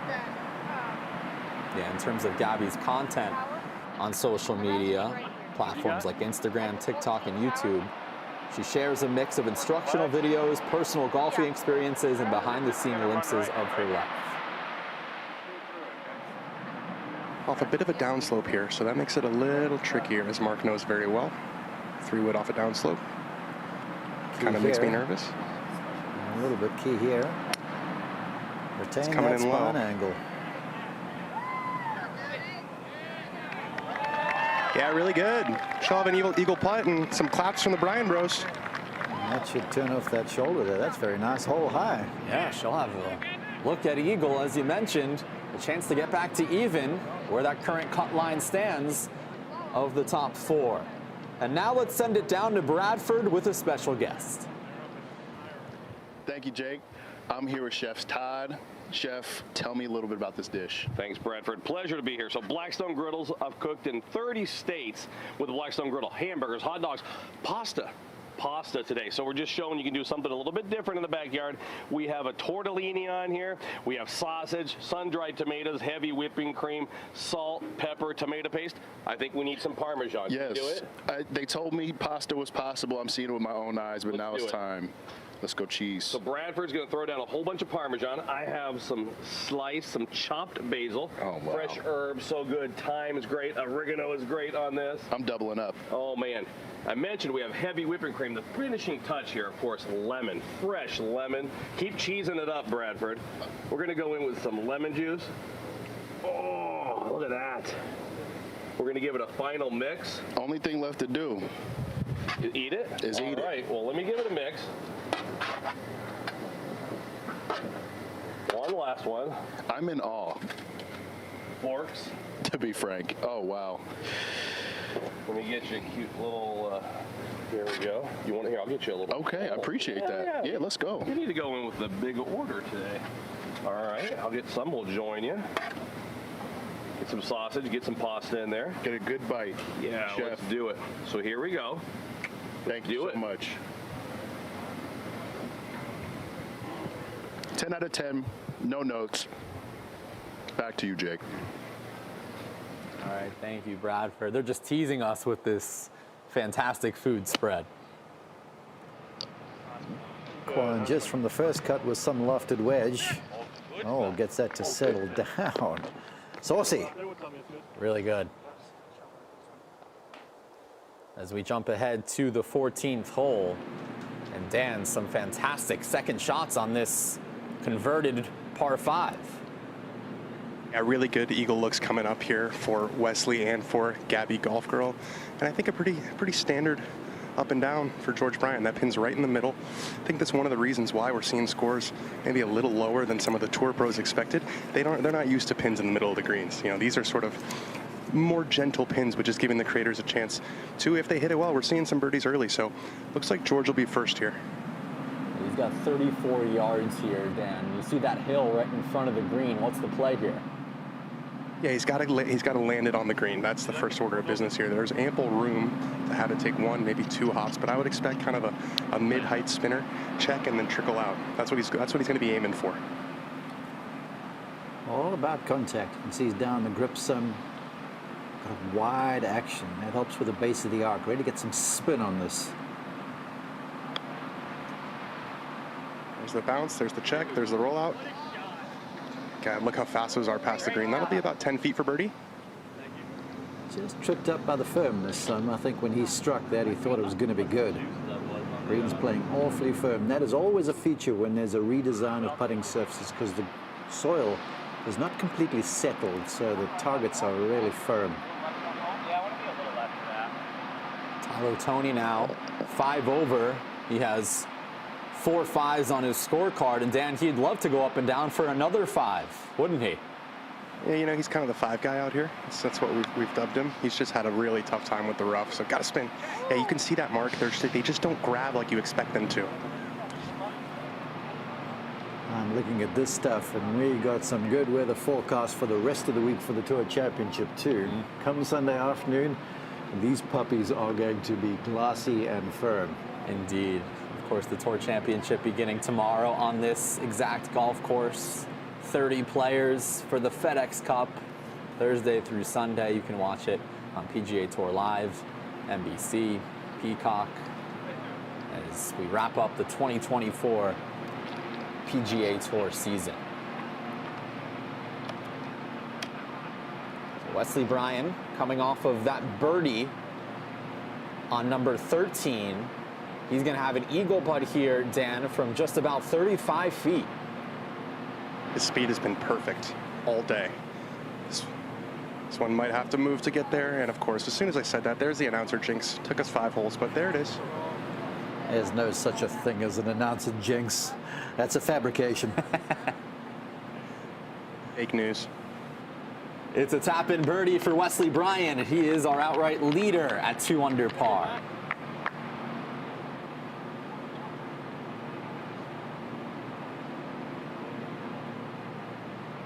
Next is Gabby Golf Girl. She'll have an eagle look as well, Dan. This one from 23 feet away. Yeah, don't sleep on Gabby. She's hanging around. Calling over here to Tyler to make sure that she's going to go first. And Tyler gives her the right away. Yeah, look, she's hanging around. It's a tournament tough player. She plays a full schedule of junior events down in Florida. All of those are stroke plays. She's used to grinding out rounds, and you know, it's getting late early here. You make a birdie here, you're right in the mix, back to 1 over par, and you know, you want to post a number and make these guys come down the stretch, 16, 17, 18, East Lake Golf Club, you know, knowing that they need to make pars. I think it's an advantage to be in this first group today. Yeah, again, just 16 years old. This would put her back at even for the tournament. She'll leave it a little bit short. That was going right in the middle. That's well done. That's job well done. Get on this Very hole. well done. If you can make 4s on the 5s and 3s on the 3s, you've got 4 holes taken care of and you're 2 under. So that's the first of the 2 par 5s taken care of. So, nice work. Bogey at 13, rebounds with a birdie at 14. As we go back to the 13th hole, this is Amy Cho's second shot. 12th hole, excuse me. 13th. That ball pitched up like an Easter egg in the rough, and she just clipped that fairway middle off there beautifully. Not often you get such a good lie. Yeah, let's celebrate. Good caddying right there. Patting himself on the back. Yeah, he's lobbying for tips at the end. Yeah. Caddying was decent. I thought the playing was excellent. Yeah. So this group right now, Amy Cho is at even par. Fat Perez 2 over. Roger Steele is 1 under.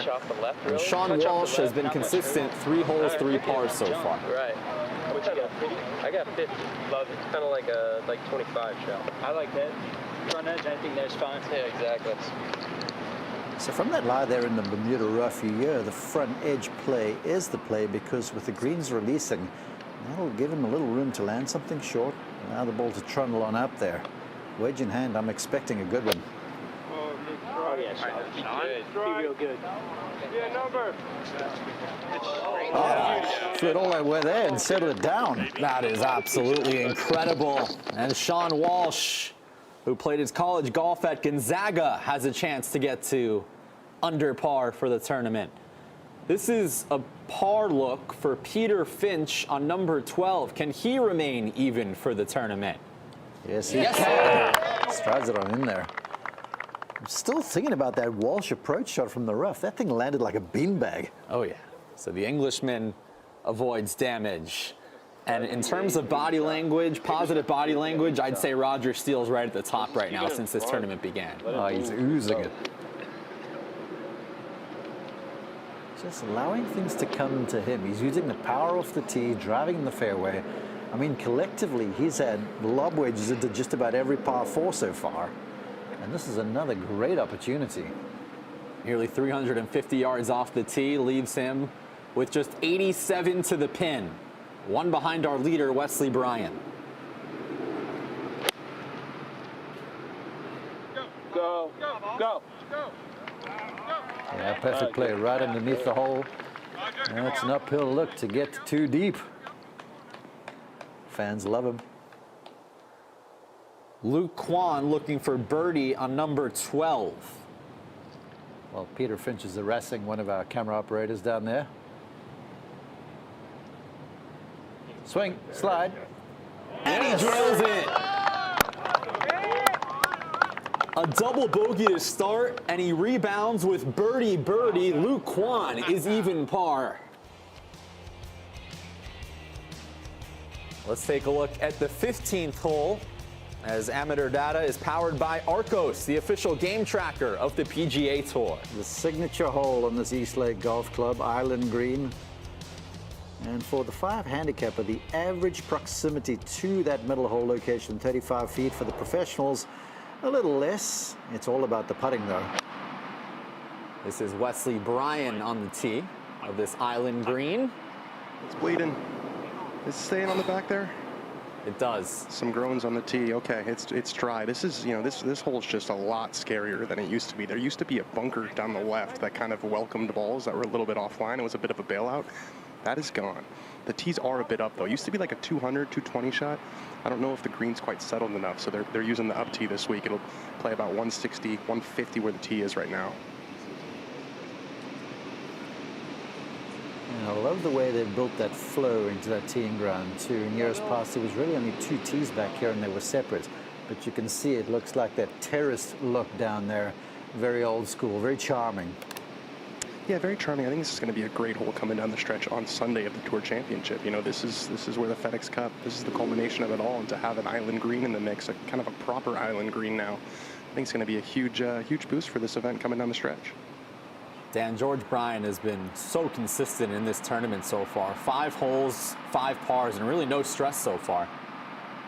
No stress so far, but he's reached the point in the round where you're getting a little impatient. You feel like you've set yourself up. You should be 2 or 3 under par, and this is a bit of a nervy shot. So once this finds dry land, he'll breathe a sigh of relief.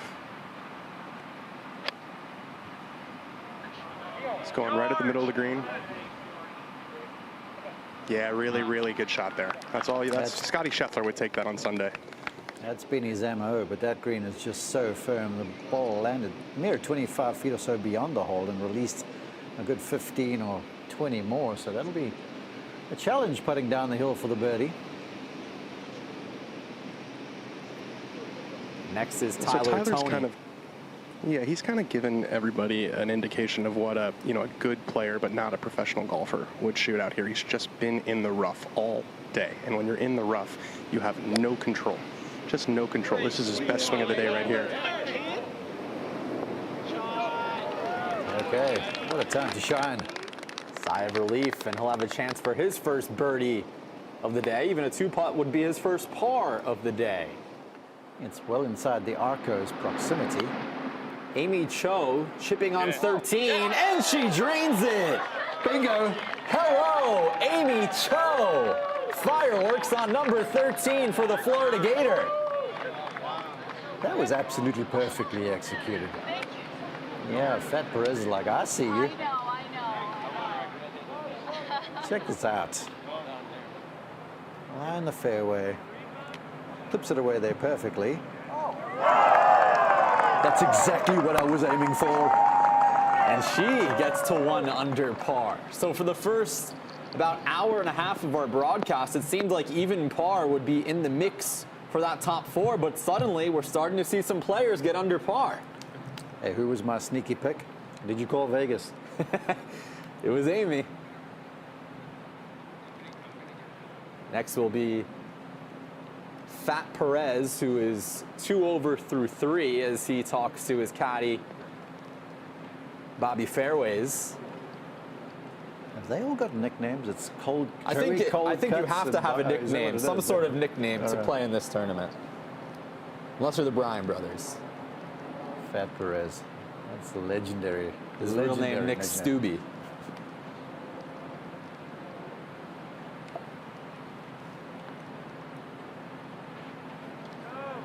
Left early, just didn't turn back. He does have the flowing locks, though. I mean, it is just elegant, everything he does. Yeah, known as the most comfortable man in golf because of what he wears. Gabby Golf Girl on the tee at 15, coming off that confident birdie on the par 5. Let's see if she can use that to build some momentum. She's playing with a little swagger right now, isn't Yes, she? Coming off the birdie. Don't be fooled by her youth, just 16 years old. But it's all smiles for her and her caddy, who happens to be her dad, as she looks to continue climbing up the leaderboard. Speaking of smiles, that's all Roger Steele has had to do today. He is playing really well. This is a chance to once again tie the lead. Once again, they are camping out on this line, ironing out every detail. Work back there on 12. And I would say of the 2 attempts, 12 and 13, this one on 13, infinitely easier uphill. And It's if you all know about execution now. that Spider-Man meme where they're pointing at each other in the same suit, I think you can do that here. A verbal meme for Roger Steele and his caddy, Ed Hills, who's his friend. They are wearing the same thing from head to toe, it appears.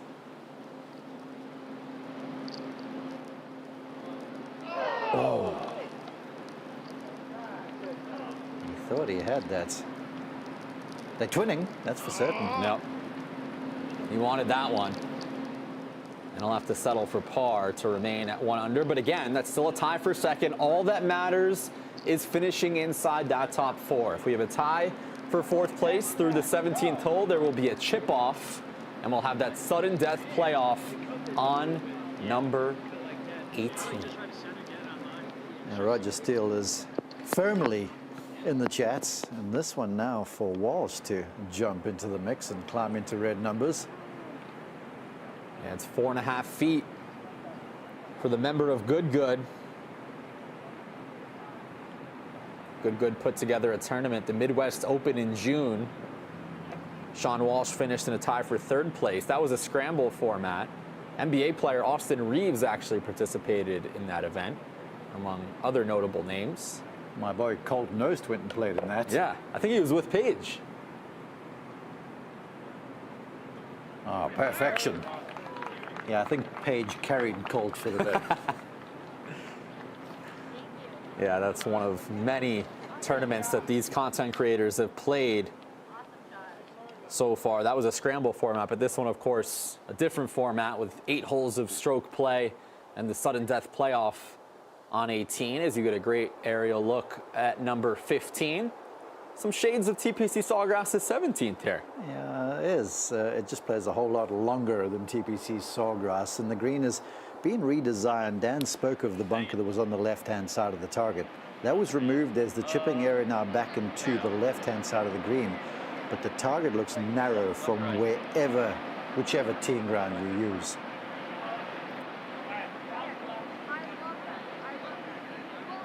So this par 3, a handful of solid tee shots as you look at George Bryan with his wife and caddy today. Dan, he will have just under 41 feet here for birdie. He came over to me after he hit that shot with a big sigh of relief and said that was a scary one. He's got a good look now. Pretty flat putt. Not a whole lot of break, not a whole lot of downhill, not a whole lot of uphill. It's a really good place to putt from after a really scary golf shot. Settle down. Good speed. Okay. Yeah, really nice right there. You know, I was asking George's wife if she plays golf, and she said no because my expectations are too high. That's what happens when you're married to a Brian bro, you know. This is the second for Brad Dahlke on the par 5 14th. He's just going in there with some sort of medium iron. This hole is 550 yards, and he's reduced that to a drive and a medium iron. Big look for Eagle.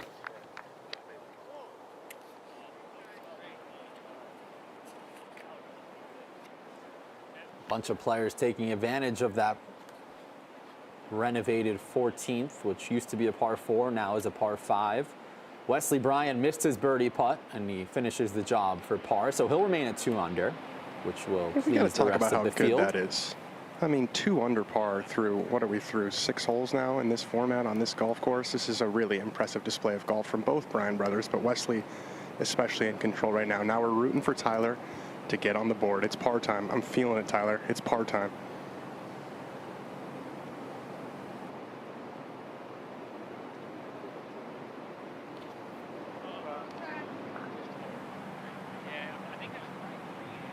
That should do it.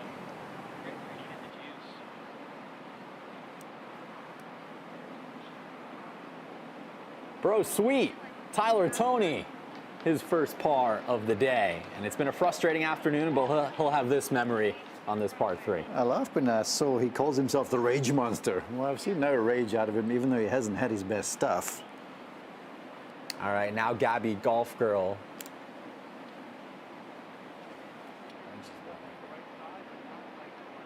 Coming off that birdie at number 14. And here, Dan, at 15 and a half feet to get back to even for the tournament. Get back to even for the tournament, and I believe to tie George Bryan. You know, she's hanging around. She's done a really good job of just making her bogey when she needs to, avoiding disaster. Just slides by there, but should be another par. Some meat on the bone there. Yeah, I think a little fortunate to clip that ball marker there of George Bryan's. She's still got that left. But you know what? Kudos to her. Let that thing ride. You know, if you got looks, go ahead and fire away. Nice to be young, isn't it? You're not really afraid of the comebacker. None of that scar tissue from missing those throughout your career. Never miss one of those, Mark. I'm holding a microphone for a reason, my friend. This will be 4 feet 2 inches for the 16-year-old. A chance to remain at just 1 over, which is 2 behind that cut line of 4th place. That's where you want to be after 8 holes of play. Inside that top 4, a tie for 4th for a potential chip-off. And remember, it's only 8 holes, so every shot down the stretch here, especially for this first group running out of holes, even more important. Oh, that hurts. That one hurts.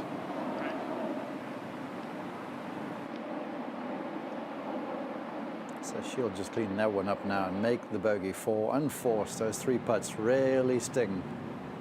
Over to 14. This is an eagle putt for Brad Dahlke. Just outside the left here.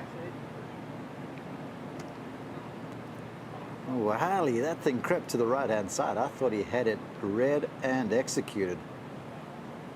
He thought so too. Guys, he hit a 7-iron into that green. Sickening, isn't it? That just makes me aggravated. He's played at Augusta for a reason. As an amateur, during his time at Oklahoma, as we look at a par opportunity for George Bryan at 15. Safely in there. The good guys let Brad know that he played in the Masters legitimately every single day. They make that joke every day, and it's funny every time. Do you guys know that Brad played in the Masters? This is the beginning of what is going to be an eventful week at East Lake Golf Club. The Tour Championship wraps up the 2024 race for the FedExCup. PGA Tour Live on the air at 11 a.m. Eastern tomorrow on NBC. picks things up at 1 p.m. Eastern. 30 players, 1 champion. Scotty Scheffler, of course, the favorite at 10 under par to begin the tournament. As Mason Nutt looks for birdie on 14. He could use this one, Hallie, at 2 over. Oh, an all-around good putt after a signature one-handed chip. I love this guy. You guys, have you ever seen a ball that's half yellow and half white? I've seen a yellow ball and a white ball, but this guy just does things his own way. I love it.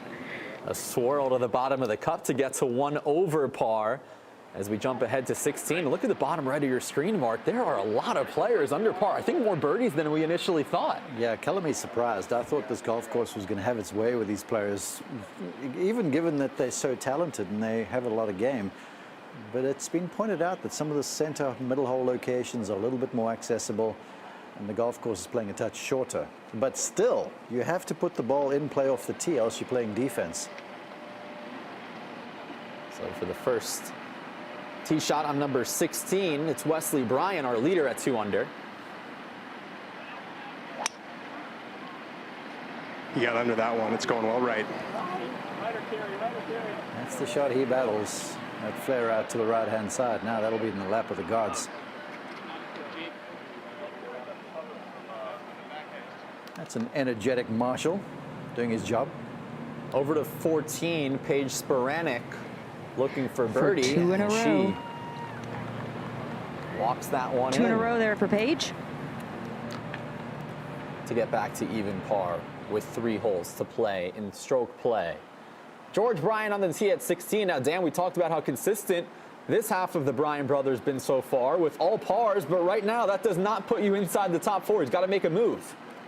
Which is really surprising, I think. If he had taken leaderboard, he'll be stunned, because I think all the talk coming into this was how high the scores were going to be. Well, these creators have come to play. They, people like watching them for a reason. They play really good golf.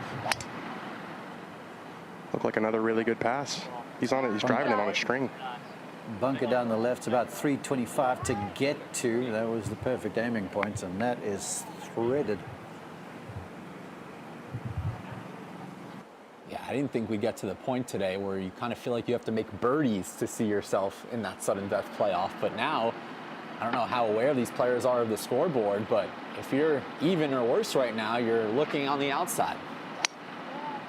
Oh, they're aware. There's a big one right off the 15th tee. You can't miss it. So I think everyone knows where they stand.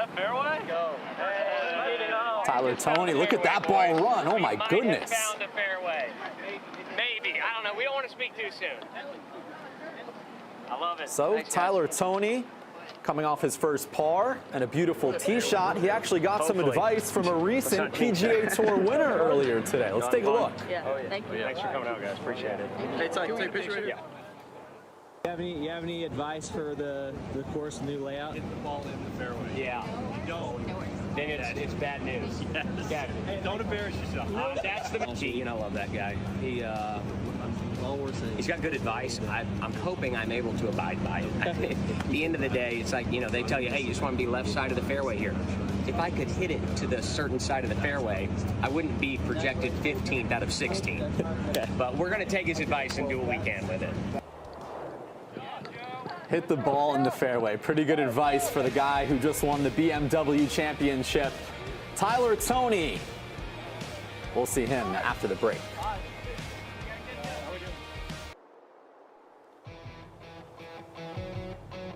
Welcome back to the Creator Classic, presented by Blackstone.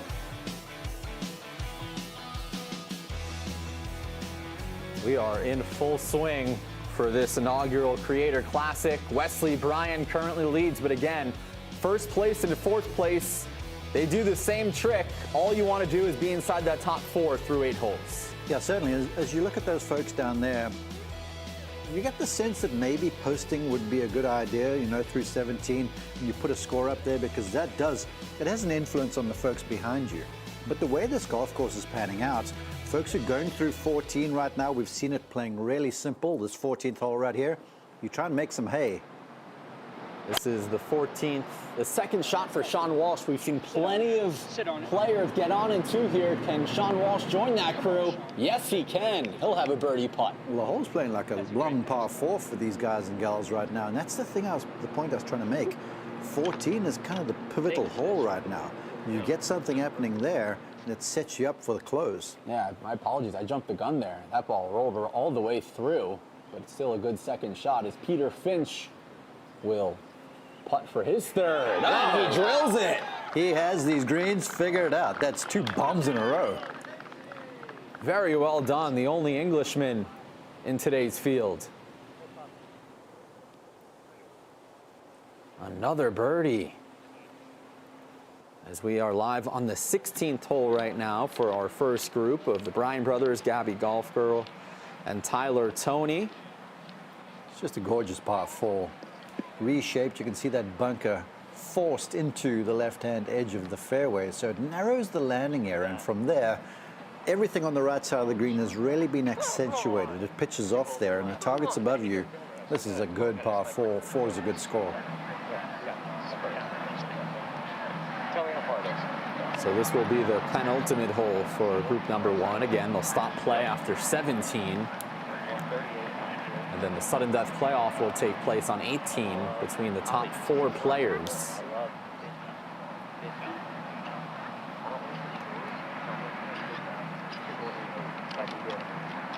And Tyler Toney will be up first.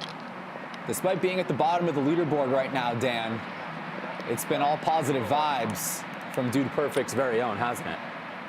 Yeah, you know, I think he didn't expect to win this, so he's having a good time. And he was telling me on the walk up here, he has just a newfound appreciation for how well these guys can score from the rough, because he's been in it all day. First fairway of the day, coming off his first par, so a little momentum. And I think that one was a little gordito. Wow, when we were in the fairway, too. We were in the fairway. Why does it have to be from the fairway? As we mentioned earlier, he holds multiple Guinness World Records for various trick shots and stunts, including the furthest a golf club has been thrown. Usually when we're talking about throwing golf clubs, it's because players are mad at themselves, but not in this case. That is legendary. Our approach shot tracing technology is provided by Coke Zero Sugar. All par so far for George Bryan. Dan, he needs a dart sooner rather than later. It's getting to be birdie time. You know, he said he was excited to see everyone playing well, but that looked like it came up a little bit short. That was a misfire from down there in the fairway. That's just caught a little thick there, and that's going to come back toward him. That's a pretty vicious slope, short and to the right side of the green as the players play it. Wesley Bryan missed the fairway.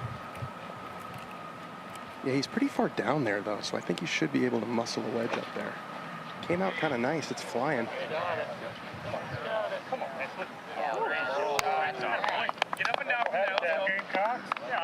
That's a feature of this Craig Green redesign. See all the fairway approaches between greens and tees.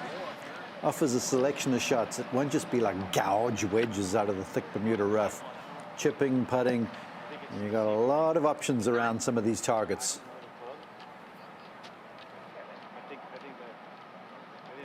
All right, and let's send it down to Dan Rappaport. Yep.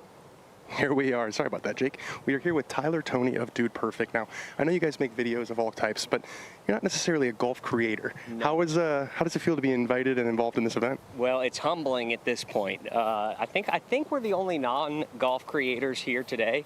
Honored to be a part of it. We have done golf videos for sure. Yeah, golf adjacent. But yeah, it's what a humbling game, you know.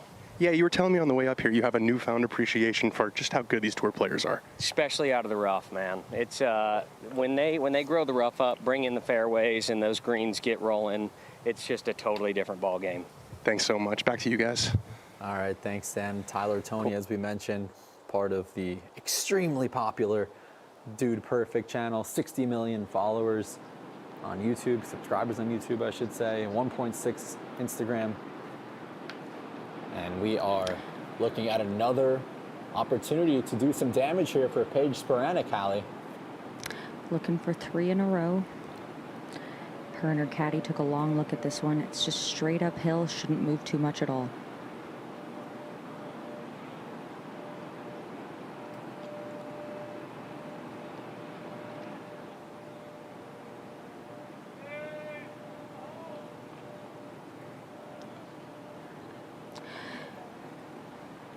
The putts that she's missed, guys, she just left them a tiny bit short, but I'm liking these stress-free tap-ins.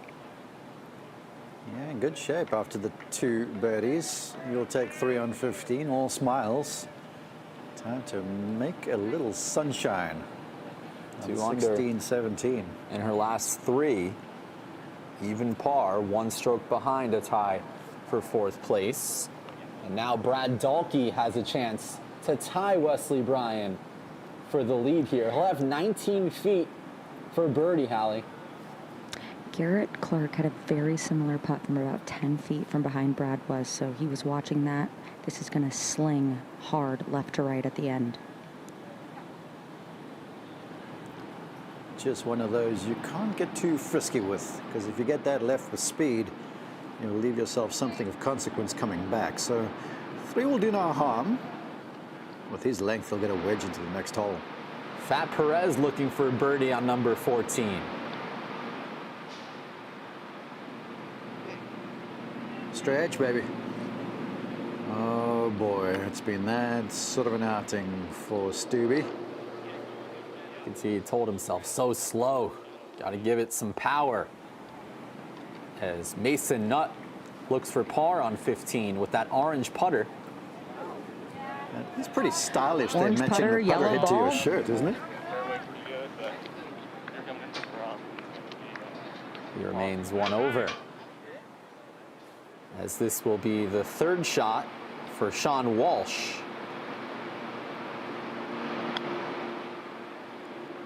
Decent lie there in the rough. Some sort of bump up the green, but that one was caught in a heartbeat.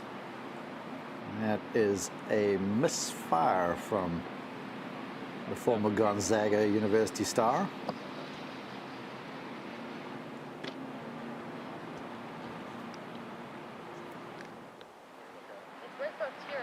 Over to 16 now. This will be the 3rd for Gabby Golf Girl.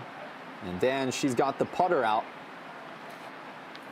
Yeah, it's an interesting choice. Wesley is about 5 yards in front of her and to the left, and he's got the wedge out. You know, these kind of plays, which is putting from off the green, really was not much of a feature here at Eastlake before this restoration. A lot more surrounds, a lot tighter grass around the greens, allowing for some more options. Okay. This is going to take her very best here. Very delicate putt, tough to judge a speed.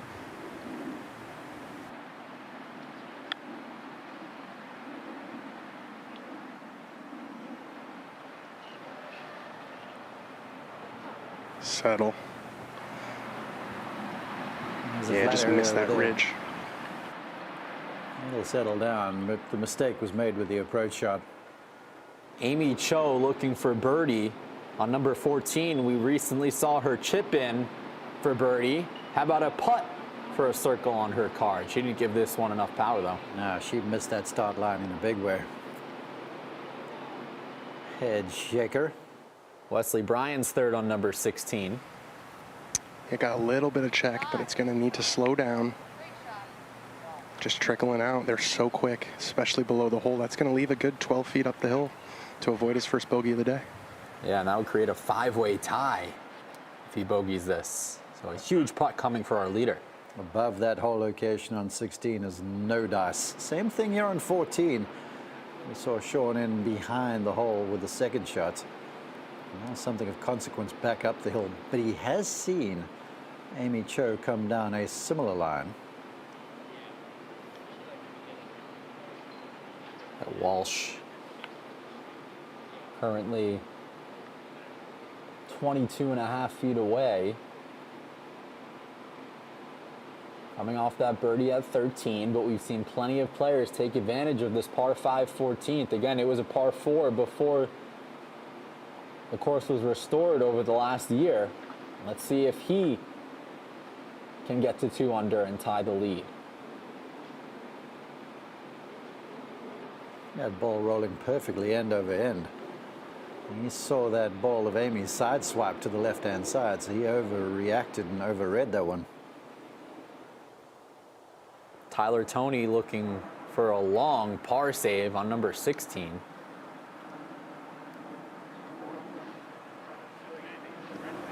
He's back to his comfort zone. Another 5.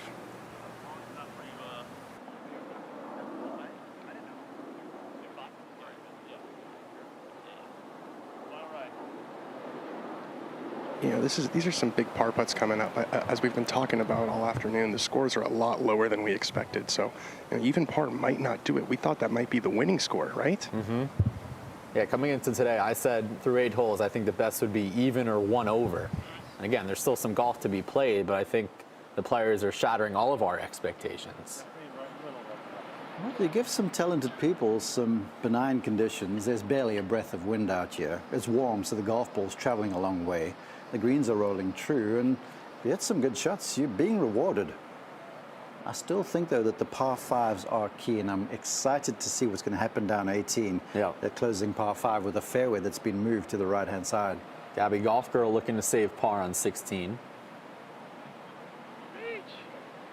She's been a bit short all day, not quite giving it the role that she would expect.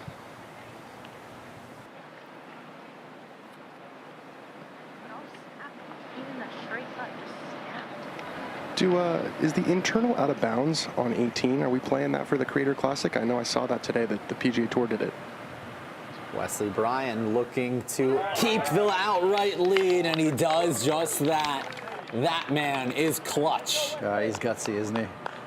Yeah, he's made a career on the PGA Tour and Corn Ferry Tour with that blue collar, sort of workman-like short game saving. Awesome stuff. George Bryan looking to save par here. It's been all even so far for George. But again, just 1 hole after this has to go in, Dan. It's a really good look straight up. He had a really nice pitch into here. Ooh, that one got lucky. That thing tried to miss on the right side. That's a sigh of relief. So he'll need a birdie, or he will have to be watching the scoreboard as the other groups come in. This is a par save opportunity for Roger Steele on 14. Oh, yeah. Massive. He can do no wrong right now. That was comfortably a 2-stroke swing and a reachable par 5 for him. And look at this. This is wild, breaking the wild meter. Roger Steele, just 5 years old, practicing with a 17-year-old Tiger Woods. What a thrill. Imagine being 5 years old, arguably the greatest of all time, watching you hit golf balls. Incredible. Of course, Tiger Woods has done some damage here at the Tour Championship. And there is Roger Steele, who is playing really well today.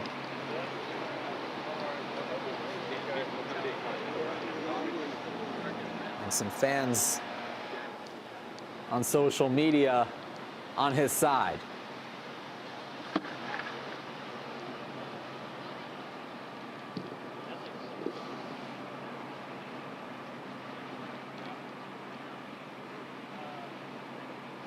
There's the target. We've seen the greens play it very, very firm, and there's not much room from the hole location to the front side of the green. A good 15 feet or so. So you have to be very precise, because anything landing long is going to skip to the back edge of the green. The safety would be some 15 feet left. It's the widest part of the green right there.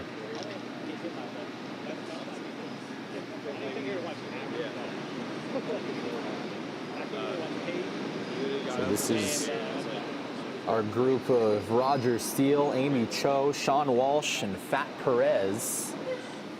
Right now, Walsh and Steele currently in a tie for second. That long list of 1-under players on the bottom right of your screen. Amy Cho still in the mix at even. Fat Perez at 3 over par. But you could sense these tee shots on this par 3 could be a huge separator between making that cut inside the top 4. The air starts getting a little thin right about now. Yeah, so it should be like full wedge goes about 46. 46? I think it's perfect. Yeah. I like that. Okay.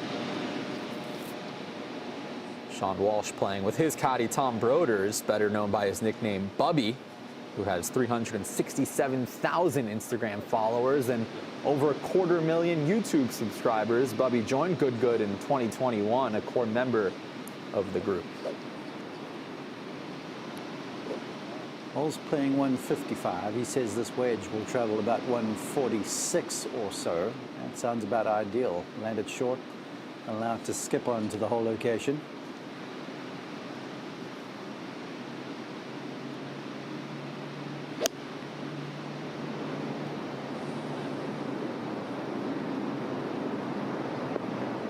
Oh, just makes the cover. Playing with fire there. Oops, sorry. I didn't think we'd go that far. Souvenir. It could have been so much worse. This will be the final tee shot in the stroke play format for this first group. Wesley Bryan, after saving that par, still has the outright lead. Fairway bunker all the way down the left-hand side. And he is challenging that. That is a peach. Right down Peachtree Avenue.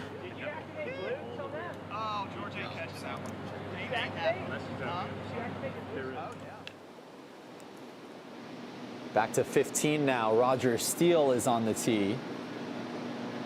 He parred the previous par 3 on 11.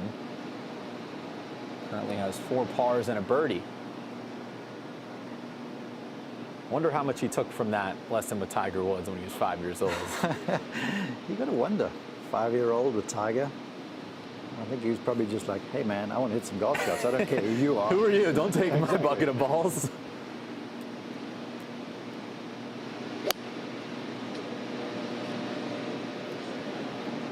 Pretty strike. That's been the order of the day, even with a short scoring club. Anything beyond the hole works its way to the backside of the green.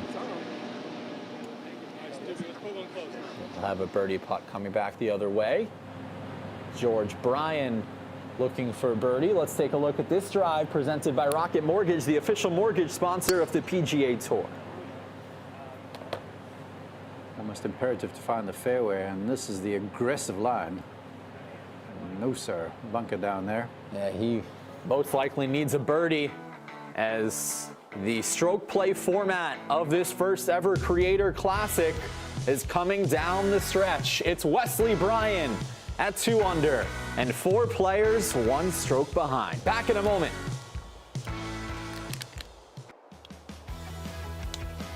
Welcome back to the Creator Classic, presented by Blackstone.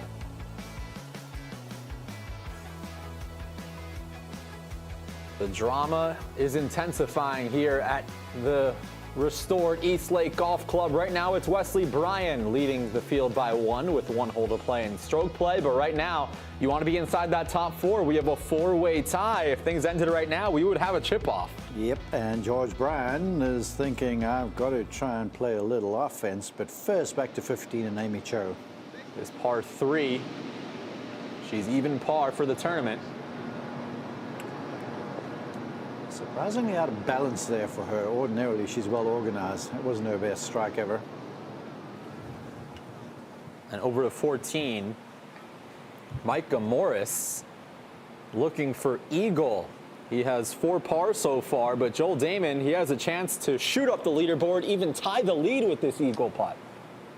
He had a great golf shot in here, landed just short, trickled up. He's got about 18, 20 feet up the hill, right to left.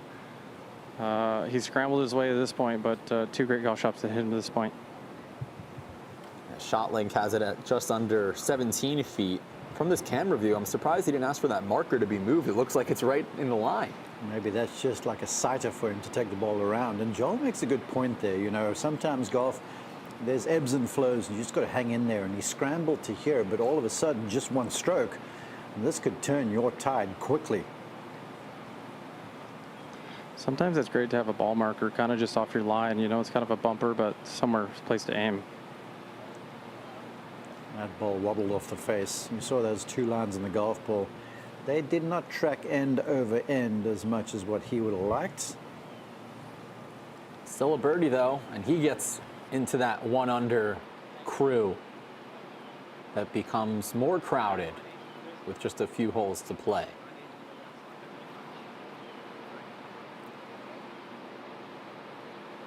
Luke Kwan will be next. He has a birdie opportunity. This one from 16.5 feet. What do you see here, Joel?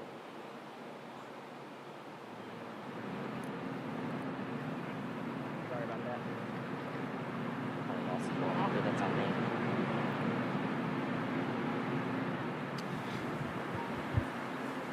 Quan had a layup off tee, hit the tree and dropped down, had a layup. He's got this uphill putt. Looking, he had a great par save last hole. Looking to keep the momentum going.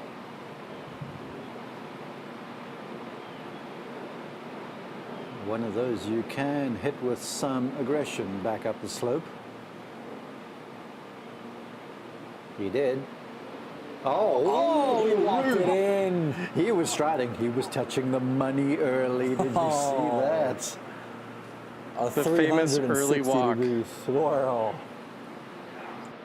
Oh, he had his hands all over the money early. Watch the early stride now. He's like, yeah, Yep. got it, got it.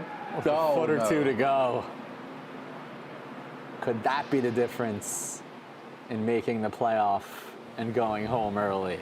Peter Finch has a very makeable birdie putt here to tie the lead here, Joel.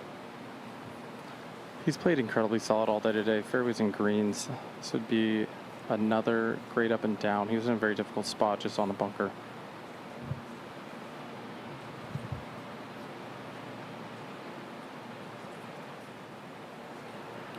Good speed. Just a miss on the line. Now this is huge from here. Yeah, George Bryan needs a birdie badly, and that would involve going up and down from this fairway bunker, but he is well short. Yeah, that's one of those shots that gives every golfer on the planet shivers. About an 80-yard bunker shot, even with how good these tour bunkers are. That's just not one you want under pressure. He's going to do his bit for humanity. Don't worry. Wifey, I've got the bunker raking. I can do that part of it. That's immense right there. He's a gentleman, you know. Yep. Gabby Golf Girl, meanwhile, wrapping up her stroke play portion of this tournament. Yeah, she's got some power. I know she's playing up tees, but she's been the longest off the tee pretty much every single hole. And again, just 16 years old, so a super bright future. A lovely shot there, just carried the bunker. Getting better. Truly is. She is acquitted herself beautifully. Lots of energy, great golf swing. Future is bright. And even if she wants to play Division 1 golf, she says, but even if she doesn't, the future is very bright. No doubt. Wesley Bryan, meanwhile, our outright leader. And he's got this approach on his final stroke play hole. Look, they call him Wedgley for a reason. Do it! Oh, what a shot. Nearly drills it from 79 yards out. My squeals would have been I thought a little more soft, a little more squeal from Jackson. Brother. Da Vinci or Picasso right there.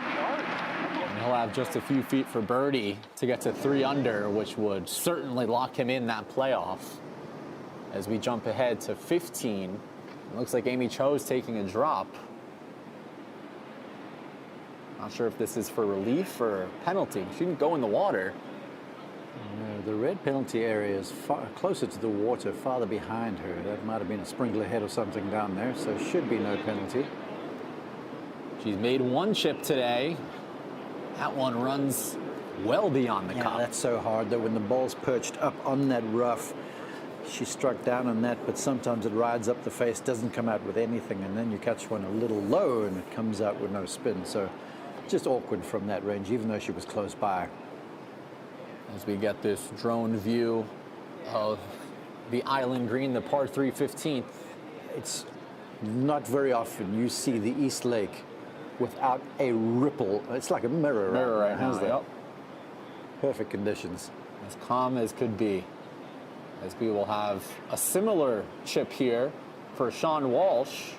How much could he learn from Amy's chip? Oh, you would think some, certainly. He saw the ball release beyond the hole, which is the first thing, so he knows what it's doing in terms of direction.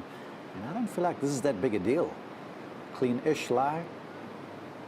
Got to turn. Keep turning. All right. We'll have a few feet to clean up his par and remained at that crowded 1 under club. As we jump ahead to 17, Dan, George Bryan, is it crazy to say he needs to hold this out to have a chance on this final hole? Definitely needs to get it up and down. You know, there's still some holes left, some pressure to come, some bogeys out there, but you don't want to post anything over par with the way this field is playing. And this is a pretty simple chip without the pressure. There is pressure. And that's what you saw right there. He caught that a little heavy. Tough last hole for George. Well, there goes my prediction. Yeah. I'll stick to golf announcing and get out of the prognostication business, shall I? Fair enough. This is a birdie opportunity for Roger Steele, and he has 33.5 feet. This is to tie the lead. Slow down.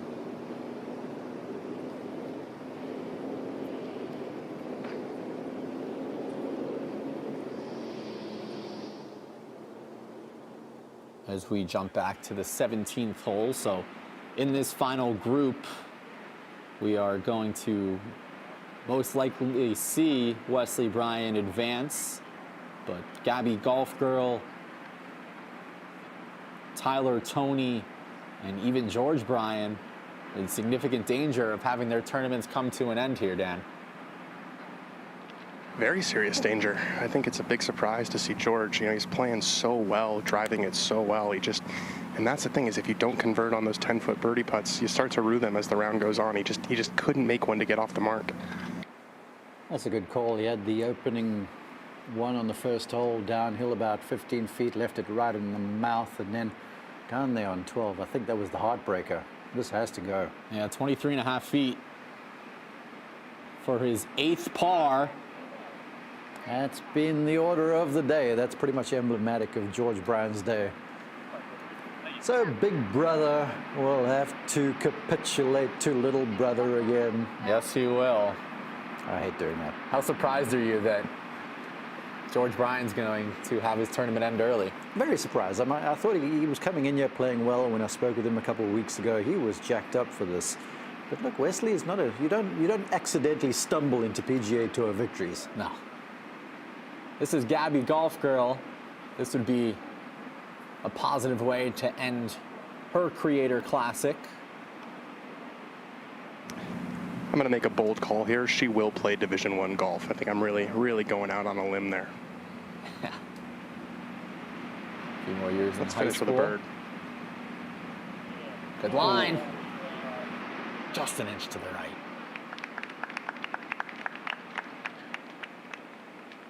Roger Steele has some meat on the bone for par here at 15. He scrambled, big save back there on 14. This is huge for his cause. Time is now. Looking to stay in that tie for second at 1 under. He is doing it all.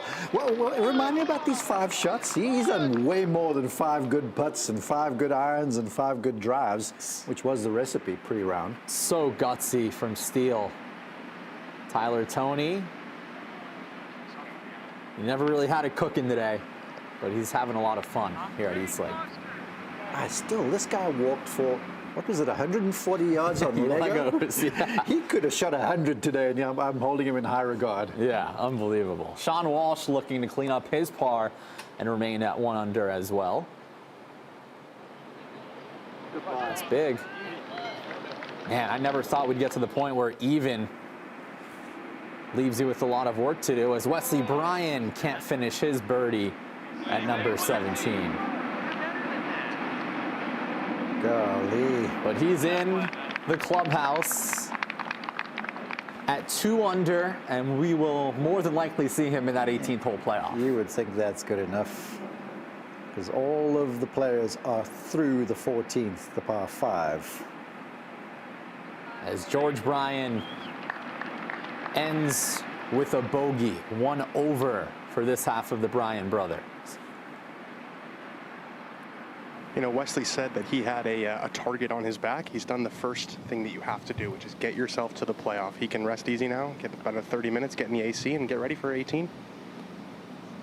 So who will more than likely join Wesley Bryan on the 18th? Could it be Micah Morris, who is in that crowded 1 under club? Big tee shot here on the par 3 15th, Joel Damon. Yes, this is a daunting tee shot. Micah has played great up to this point.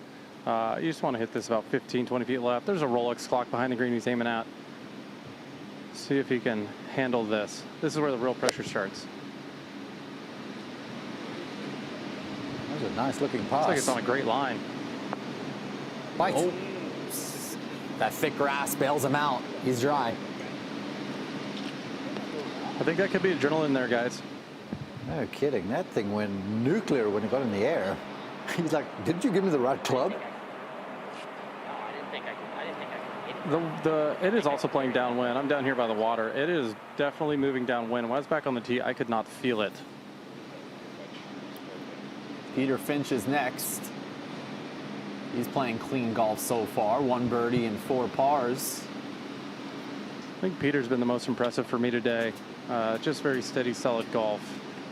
Looks like a veteran out here. Obviously plays a lot of professional golf back home as well.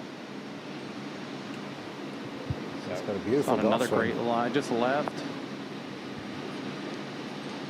It'll trundle down into that chipping area, new chipping area down there. It's a feature on this refashioned 15th par 3.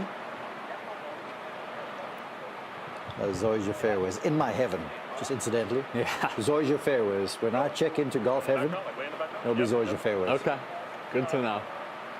Joel, Luke Kwan started off with that double bogey, but he rebounded tremendously with back-to-back birdies, and since then, a couple of pars. I think Luke was very nervous on the first hole. He admitted that to me. Didn't handle that as well as he wanted to, but bounced back with back-to-back birdies and has played very solid since. I know he's one of the favorites today, and he is showing like he is.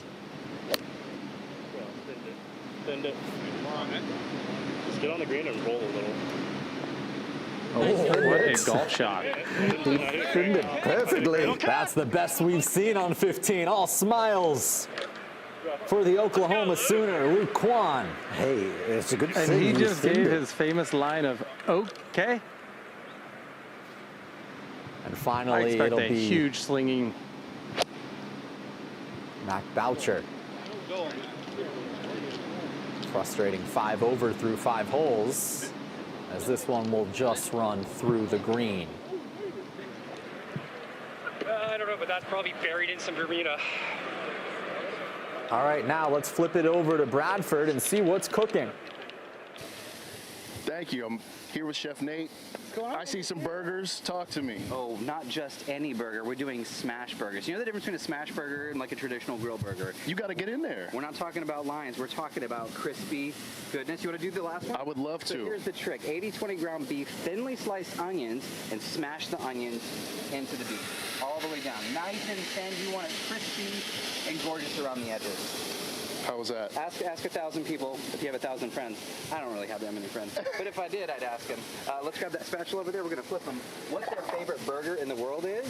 They're gonna say it's a flat top burger, like that classic diner burger. One of my favorite things of cooking on the block. Can I get right in here? Go for it. Go for it. See your skills. All the way around the edges. Oh no, Bradford. Oh, come on, My man. first smash burger. Yeah, let's put a little bit of cheese on there. The nice thing about these is, like we said, it's on the flat top, so it's, you see how it's like cooking in its own fat right around the edges? So we leave that to the experts. Are you a burger guy? I'm a huge burger guy. I know how to eat them. Can't flip them. We make a good pair than the two of us. Check this. See that? Gorgeous. That's brilliant. I get excited about it. I'm really, thank you so much for having us. This is really cool. I wish I was a better golfer so I could go out there and enjoy myself a little bit more. Just your presence here is it's good here. Being a cook, you'll throw that over there for me. All right, so now here's the big question. To toast the buns or not? You a toasted buns I think guy? so. Yeah? I think we have to while we're here. I'm a big fan of a nice, soft potato roll. Okay, now, gonna lose them. Open that up and throw it right down on the griddle top. Do you like to cook outside a lot? You an outside guy? More of an inside guy, but this is the I way have to do it. respect for the outdoor grill. All right, now this is the fun part. Now, whether you're throwing a party for 2, grab me that spatula again, 2 or 20, when it's time to cook, or time to serve, right into the bottom. Boom, of your done. apple. I would say take a bite of that, but that might be bad news. I'm going to leave it here for just a second. Please do. This is why we leave this to the experts. On the toasted bun. I feel like some are definitely toast, some are probably not toast. I don't know. You know what I'm going to do? I want to have you taste this. I want you to hear yourself and cooled off a little bit. Okay. How do you feel about an Let's onion get it. smash burger? That is just, in my opinion. That's as good as a smash burger is going to look. So simple. Best burger of my life. Best burger of my life. Magical. That crust. That crust. Crust is where it's at. I can't even speak. Cheers, my friend. Cheers. Thanks for having me. So good. Thank you, chef. Thank you. Man, Bradford has the best gig out of all of us today. He's getting all this food. 2 of those stats here in the booth. That looks tremendous. Did look good. Delicious. He deserves it though, baking in that 94-degree heat with the rest of these talented golfers and our great crew out at East Lake. Paige Sporanic second on number 17. Hallie, she's one over on entering this final hole. She hit an absolutely beautiful drive here on 17, guys. I think if she would have known how far she could have hit it on this hole, she wouldn't have opted for this, because now she's got a really tricky downhill shot.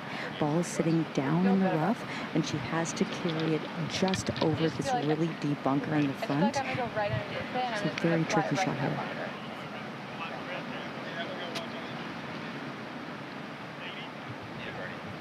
Yeah. Go for it. Just go for it? Yeah, okay. Ellie, coming from that light to these firm greens and a green above you, this is going to be hard to stop quickly. Yeah, only about 13 paces between the edge of the green and the pin, and she's going to need almost all of that in order to just let it roll out. Go. Top 5, make it look good. She tried to get fancy with it. Well, she had to if she wanted to make it to the Final Four. Nothing to lose there. Could hear her caddy, Zach Brantley, say, just go for it. And that's what she did, unfortunately, just short. As we see the gallery merge towards this 17th green after a 371-yard drive from Brad Dahlke. Unbelievable. Perfectly crisp shot. Nice nip on that one. Oh, that was well played. But come on, 370. What? How many guys this That's week a par teeing 4. off tomorrow will hit a 371? That Rory guy can do it. Yeah. Fat Perez from the bunker. That was a little fat out of the bunker too. Not being his day. I was looking forward to Fat showing off his guile and his skills, copious amounts of it. Yeah, former accountant, studied accounting at VCU. I'd say being a social media personality is a bit more exciting than being an accountant. As Garrett Clark, nice bunker shot if it holds on. Hey, we've got an accountant on line 2 here for you right now. I mean, they'd probably agree with me.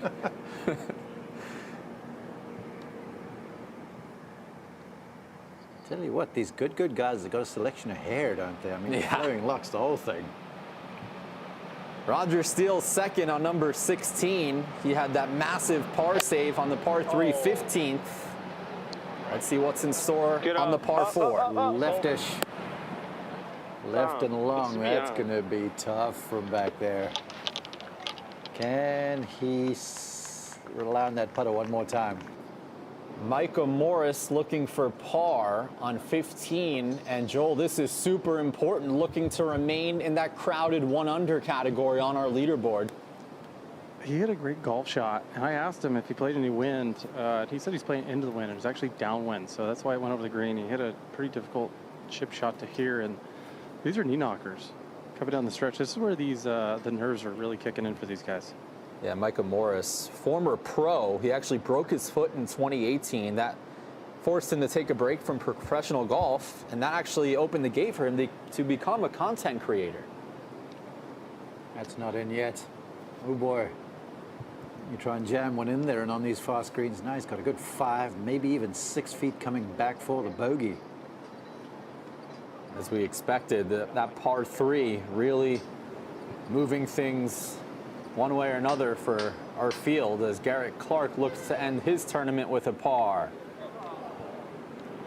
And he had a great start, but that 9 really did him in. Just not the turn what he was looking for, guys. Peter Finch, a massive par putt on the par 3 15th to remain at 1 under as well.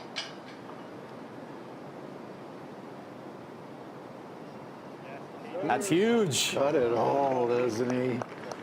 He's got the elegant golf swing, the skills around the greens. He's made 3 putts of 10 feet and beyond.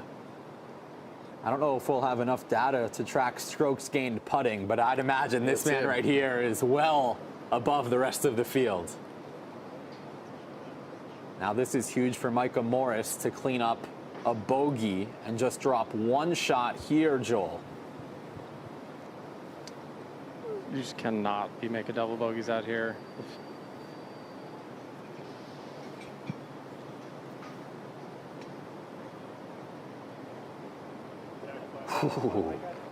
Okay. Exhale.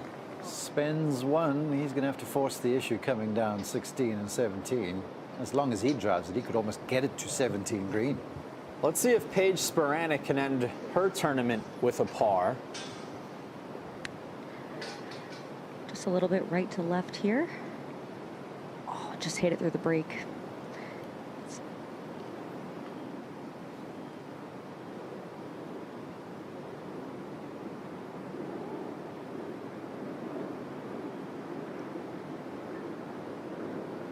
So she has a couple of birdies on the scorecard, but too many bogeys to see the playoff, as Mason Nutt is coming off of a triple bogey at 16.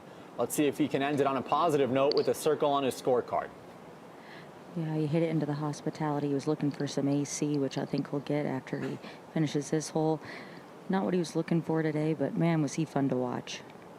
No doubt about it. Member of the Busta Jack YouTube channel, and his partner, actually, Cole Lance, is his co-founder of Busta Jack. This is Luke Kwan for birdie on 15 to join that 1-under crew, and he buries it. That time he walked it in without any doubt. So let's get this straight. You make a nervy 6 on the first, then you just rattle off 3 in the next few holes, and now he's atop that leaderboard. Brad Dahlke looking for birdie. This is a must-make, guys. He's playing this inside right. Went right. That was a little short with a stroke there, I thought. All the other passes I'd seen him make with that putter were a lot more rhythmic. It's like he was looking at that thing, just trying to force the ball into the hole. Yeah, Garrett Clark couldn't watch. He was turning away, saying make, which just shows you how much support these good guys have for each other. Paige is playing this one just inside left here.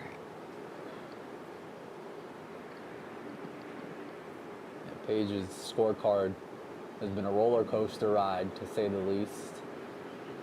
She has 3 bogeys, 2 pars, 2 birdies, and a nice bogey putt to finish. Paige Spiranek, 2 over par to finish her tournament. Not much to this one. Left center.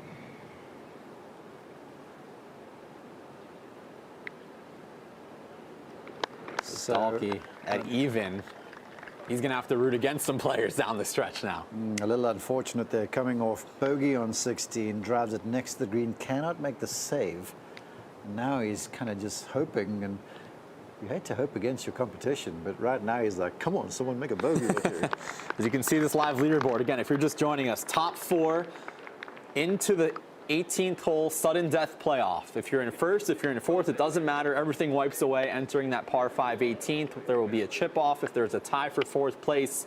But Dahlke, as you can see, he may have left something out on the course there, because right now, even is not good enough, which we did not expect entering this tournament. I really didn't. I thought even was going to be easily inside the top 4, but look, stranger things have happened. Yeah. One thing we know for certain is all these content creators, they've got a lot of game. These aren't just like YouTubers and Instagram personalities and stuff.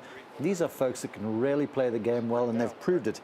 And it's not just like one element of the game, like a long driver. We've seen a lot of skill touch with the iron play and on the greens too. I mean, think of Steele and all the putts he's made. This is a chance to tie the lead for Roger Steele. He's got 55 feet to get to 2 under. I feel like he'd happily take 2 from up here. Yep. Oh, beautiful. Oh, one. Can it go? Roger Steele gets it to go from deep range. Ties the lead. Unreal.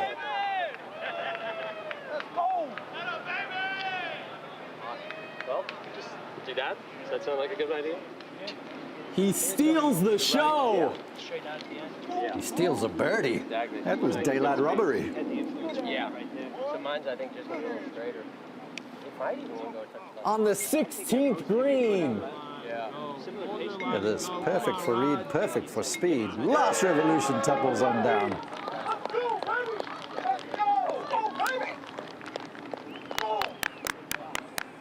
A high five with his caddy and friend, Ed Hills. And this is going to be a similar distance from Sean Walsh. This one just under 54 feet away. So apparently it's doable. That's going to have to stretch. Keep stretching. Oh, shucks. That's not going to be easy. He's got some work ahead of him, looking to stay at 1 under, but things are heating up down the stretch at the first ever Creator Classic from Atlanta.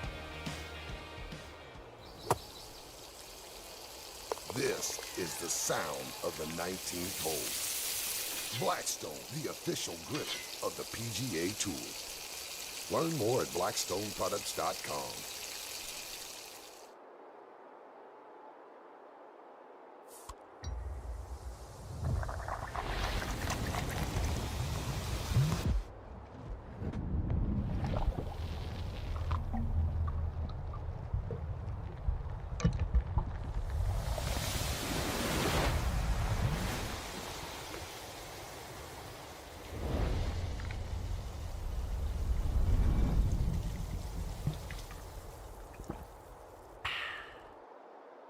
What happens when an open house turns into an open conversation about home ownership?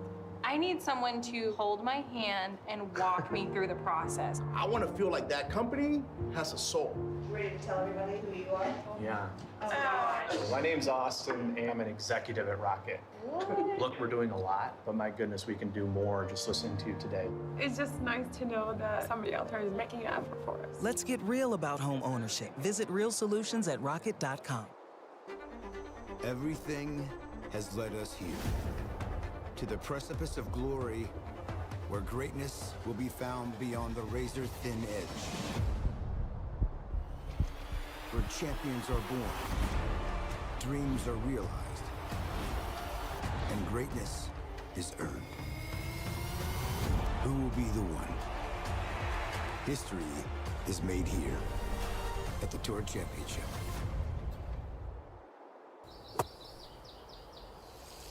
This is the sound of the 19th hole. Blackstone, the official griddle of the PGA Tour.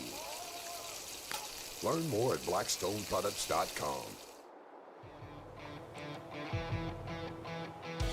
Welcome back to the Creator Classic.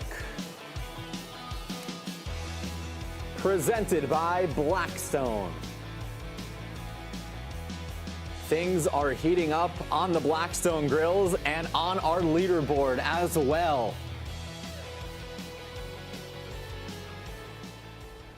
We just saw Roger Steele drill a 55-footer for birdie to tie the lead. This is a huge par putt for Sean Walsh on 16.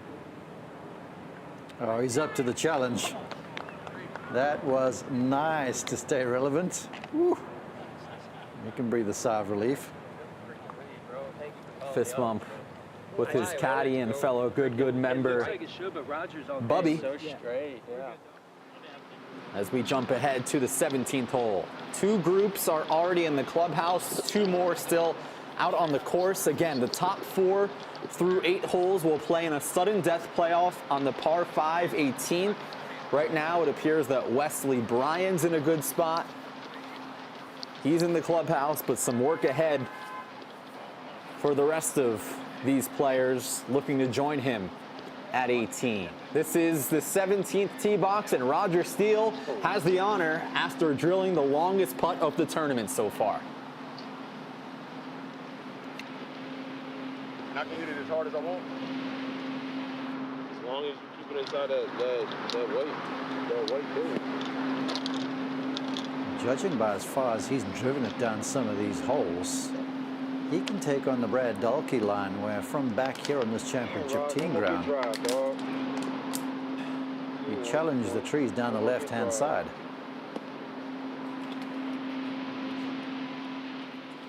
Let's take a look at this drive presented by Rocket Mortgage, the official mortgage sponsor of the PGA Tour. One more good drive dog was the marching orders. Right over the drip line of the trees down the left. So cool to have the shot tracer technology in an event like this. Shot link, all the data that the PGA Tour pros get, just very unique. This is the second for Peter Finch on 16, and Joel Damon, he's in a little bit of trouble. He is. Looks like got a flyer. Could not tell where that ended up. That is over the right-hand side of the green. That is disastrous down there. Such a steep embankment. Sean Walsh on the tee at 17. He does not have the speed that Roger Steele does.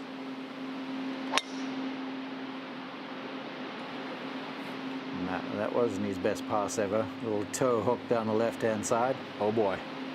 Again, he's in that 1 under category right now. See what he does when he gets up to that ball. Potential layup.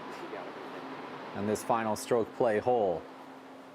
Micah Morris is in the fairway bunker here on 16, Joel. He's been hitting a 2-wood off the tees all day, and he hits it so darn far. He got into this bunker that I didn't think was in play with this 2-wood.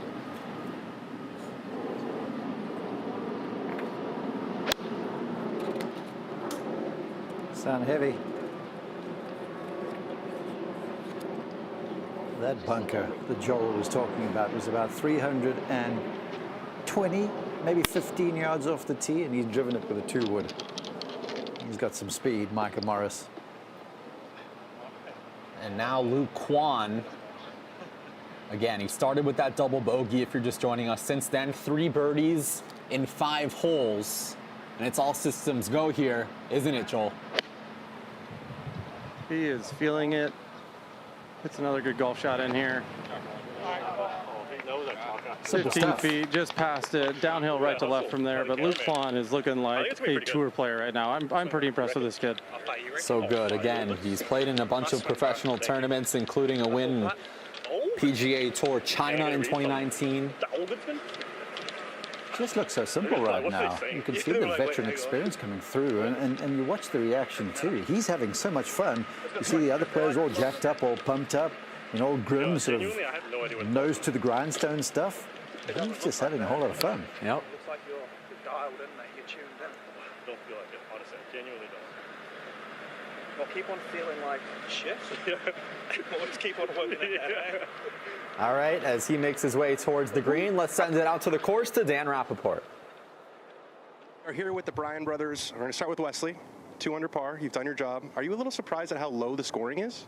I'll be honest, I kept looking at the board, and I know it's a tough golf course. There's thick rough. The greens are new, firm, fast. And to see these under par / lurking around even par scores, I was honestly shocked. Yeah, good playing over there. And George, I know it wasn't the finish that you want, but you guys have been making YouTube videos for a long time. To see where this has come, we're at East Lake. It's the Wednesday before the Tour Championship. Was there a moment where you were able to just kind of drink in what's happened? I mean, that's kind of the whole vibe of today. I was like, hey, I just want to enjoy today and think, I've been wanting to merge YouTube golf and PGA Tour golf in some way, shape, or form. I didn't think it'd be like this, but no, I mean, I played solid golf, shot 1 over, hit I think every fairway but 1, most every green, and it's one of those rounds where you shot 1 over, but it could have been 3 under. But it's cool. It's cool to see. Look at the board, all the guys, even 1 under. Like holy cow. So that's big for YouTube golf, in my opinion. Yeah, you guys can play. There's a bunch of kids here who want autographs. I won't keep you guys anymore. We'll see you in a few minutes on 18. Yeah. Thanks, guys. Thanks, Dan. All smiles from the Bryan brothers. We'll most likely see that man at the 18th tee box in a few minutes, giving back to the young fans. And that's a big reason, I think, why this event's taking place collabing with the PGA Tour, trying to advance the youth movement in terms of golf fans around the world. And it's cool to see the kids out there too, getting autographs, posing for pictures. I mean, you know, you ask young players who was your inspiration, you know, the current crop, you hear Tiger Woods and such. But we see the changing landscape where someone like one of these guys or one of these girls will have brought somebody, some young kid to the game, and who knows what they would turn out to one day. This has been so refreshing and so cool to watch. Yeah, in fact, according to a 2017 study by the Sports Business Journal, the average fan of the PGA Tour's age is 64. So an event like this helping to attract that younger audience, and you can see a lot of younger guys Hey, go and easy on girls. us old boys, huh? I'm just stating a fact. Thanks. Appreciate you. No, I'm reading what I read. All right. But yes, it is great to see the next generation of golf fans out and about here at East Lake.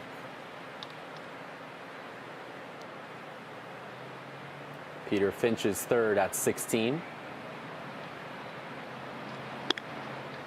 Luke Kwan taking a load off in the shade. That's so hard down there. You're a good 30 feet below the green. Tight lies to green above you. You got to be so fortunate and skilled to get it close from down there. I can guarantee you that every PGA Tour pro is drawing a big red X in their yardage book on the right side of 16 green. Yep. Let's get another look at the Bryan Bros. Oh. About to say, Are you surprised he's not hitting the range? No, he's still got a hole left. Well, there's one hole. He's on the last group.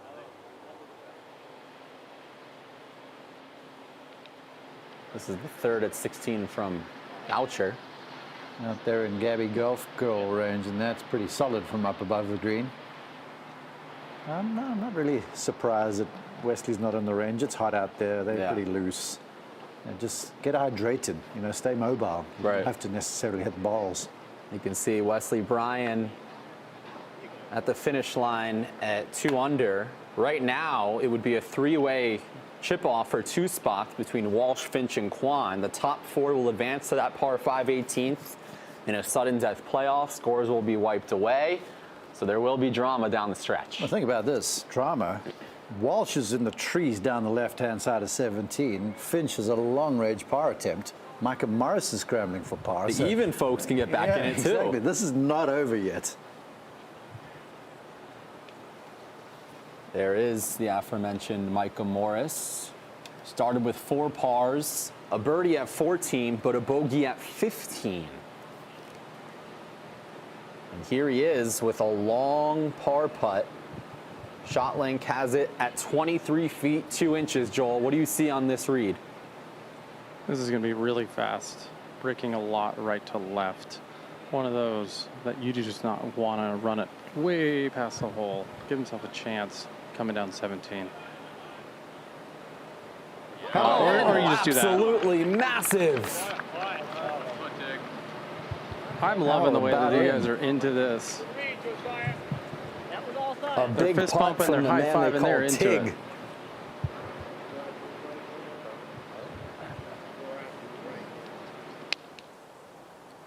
That is worth another peek. Holds his follow through. Now it's tracking. Now he knows. Yeah. You know, long drives are one thing, but made putts when it means something, that's entirely another feeling. And now it's Peter Finch from the other side, looking to avoid his first bogey of the day. He's currently 1 under.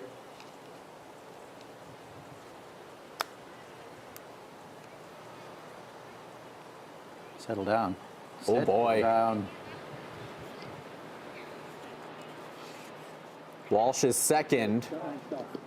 We mentioned that he missed the fairway, but this is fantastic from that spot, isn't it? I'll say so. A little lucky that that ball wasn't farther into the trees down the left. In the end, he had to execute, and he did. 2 from there. And considering what Finch just did, he's still got meat on the bone to save bogey. If Walsh can get up and down for par, 1 under might be a good enough score to get to that playoff, don't you think? I would almost say that 1 under is guaranteed to get to the playoff.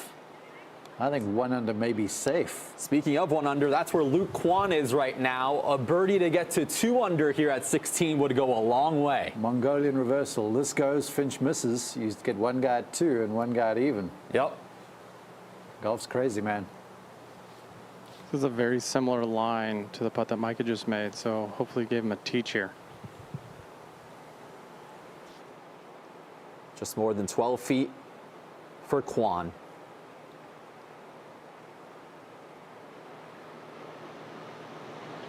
He had a good putt. Normally you'll see if a player's unhappy, they'll raise up and out of the posture as soon as the ball leaves the face. He was in there. He thought that ball was certainly on the line he intended. 4 in the end will do him no harm. So he'll remain at 1 under, heading to that 17th and final hole. Roger Steele second on 17 from the rough. He's almost down there in that divot where Paige Spiranak was. And he will test that putter one more time, Jake. Yes, he will. He just made a 55-footer. He'll need a 2-putt to guarantee a spot in that playoff, but that is not going to be easy. It'll leave him 52 feet in a few minutes. This is a huge bogey putt for Peter Finch on 16, just to drop 1 and get to even.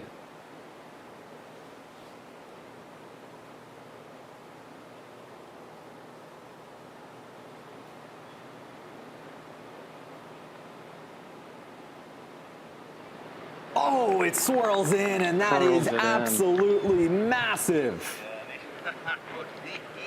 Peter mentioned to me a few holes ago that he was getting tired. He's got some jet lag going on. He flew in from Europe, and this might be catching up with him. But that was a great bogey save there to give him a chance coming down 17.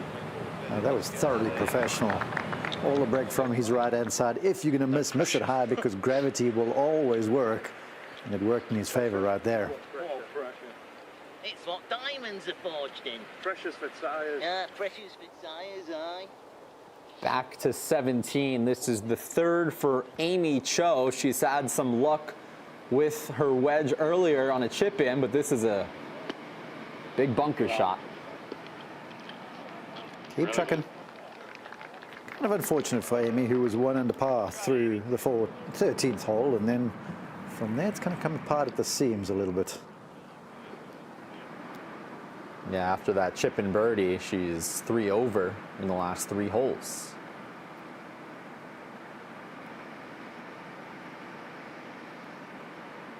So just 2 groups left on the course. 1 at the 17 green, 1 at the 17 tee, where these players are jockeying for a spot in that top 4. Sean Walsh is currently in a tie for 3rd, and after that errant tee shot, a beautiful 2nd, he's got the flat stick out here for his 3rd. That's the safety play, and I love there, standing behind the ball, just using the right arm. You can see they're kind of getting a feel, almost if he was rolling the ball up the hill towards the flag. Get the brain connected with the body.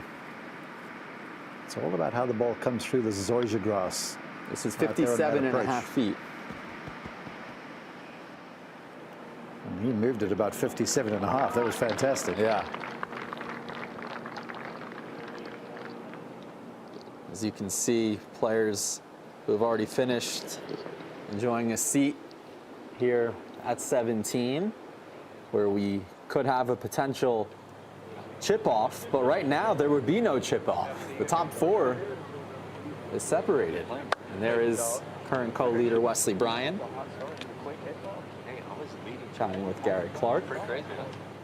Here's Fat Perez, greenside bunker.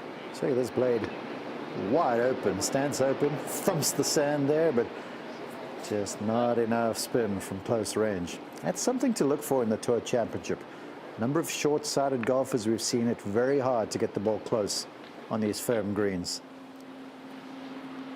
Back at the tee box for number 17. Let's take a look at this drive presented by Rocket Mortgage, the official mortgage sponsor of the PGA Tour. Luke Kwan at 1 under. Needs a break. Oh. It's fine, bro. How do you know? Really good, or just in the line score? Looked like we saw something pop out there.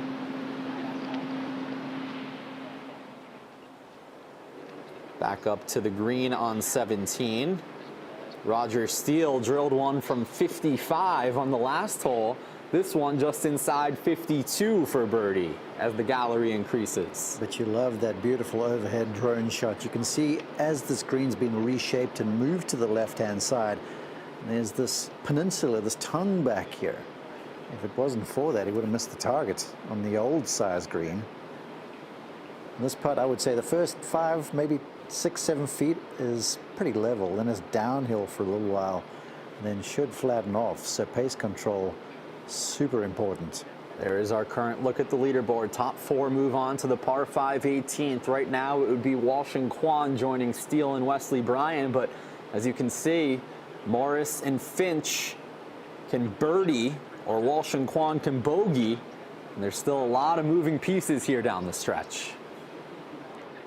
You would think the 2 from here would lock Roger Steele's position in the final 4. Do you think that changes how he approaches this? Is it not all systems go here, or he's just going for it? No, I think he's just got to keep doing what he's been doing. Everything's been on point, especially this flat stick.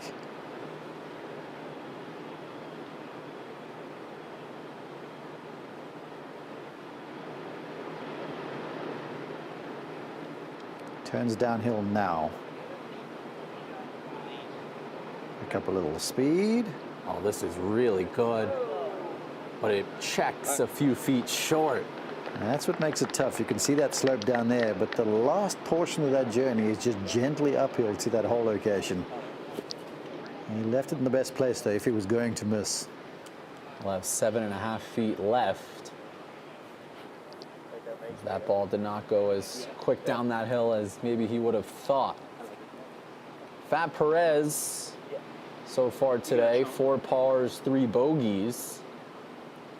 This one is for bogey as well to close out his tournament.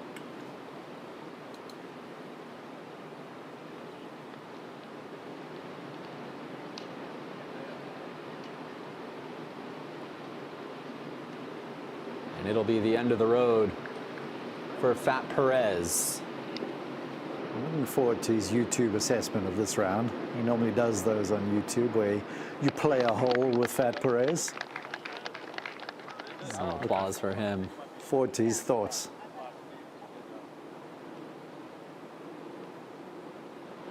There's Gary Clark and Wesley Bryan, who's going to have to get up and get loose and head towards that 18th hole soon enough. Mason Nutt played as well earlier.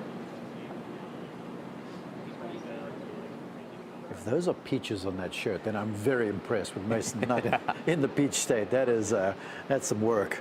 Attention to detail there as Amy Cho runs this one by.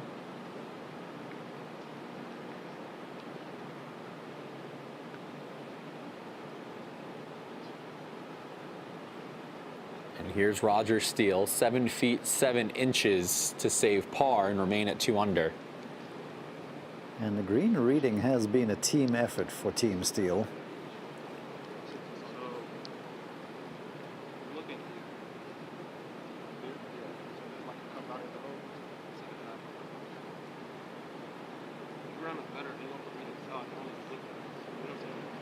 Nice gallery on this Wednesday evening.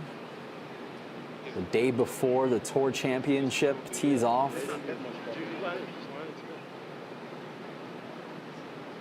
30 of the best players in the world will be playing on this exact course over the next 4 days. But right now, the stage is set for 16 of the biggest golf content creators here at the restored East Lake Golf Club. Roger Steele to finish stroke play at 2 under.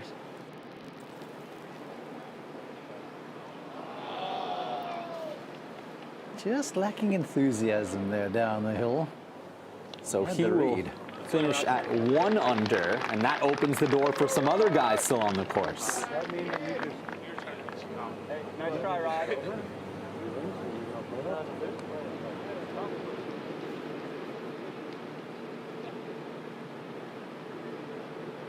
Amy Cho wraps up her 8-hole stretch at 4 over par, but she'll have that chip-in birdie memory for a lifetime.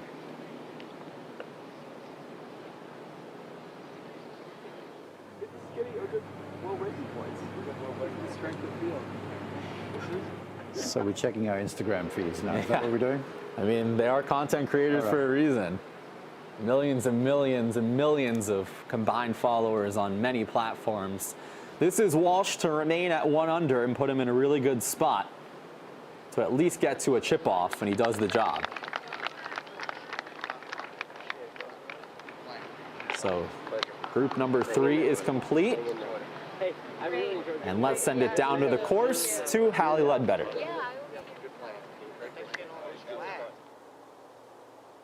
I spoke with you a couple days ago. You said you were super nervous coming to East Lake. How are you feeling out there? It looked like you were having a great time. You know, it was so much fun to like get that competitive like spirit going again.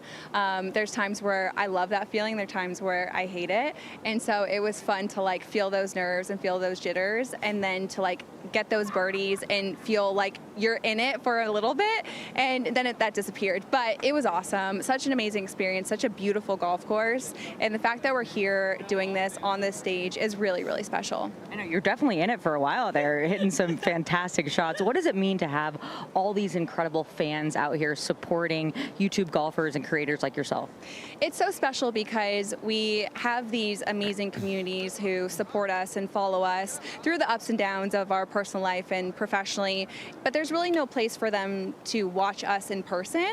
And so to have this opportunity for us to be together in a competitive setting where they can see all of us at the same time is unlike anything we ever expected, and I think it's special for us, and I think it's special for them. So it's just been a crazy, amazing experience. Absolutely. Well, I hope to see you at the next one. Yeah. Back to you guys.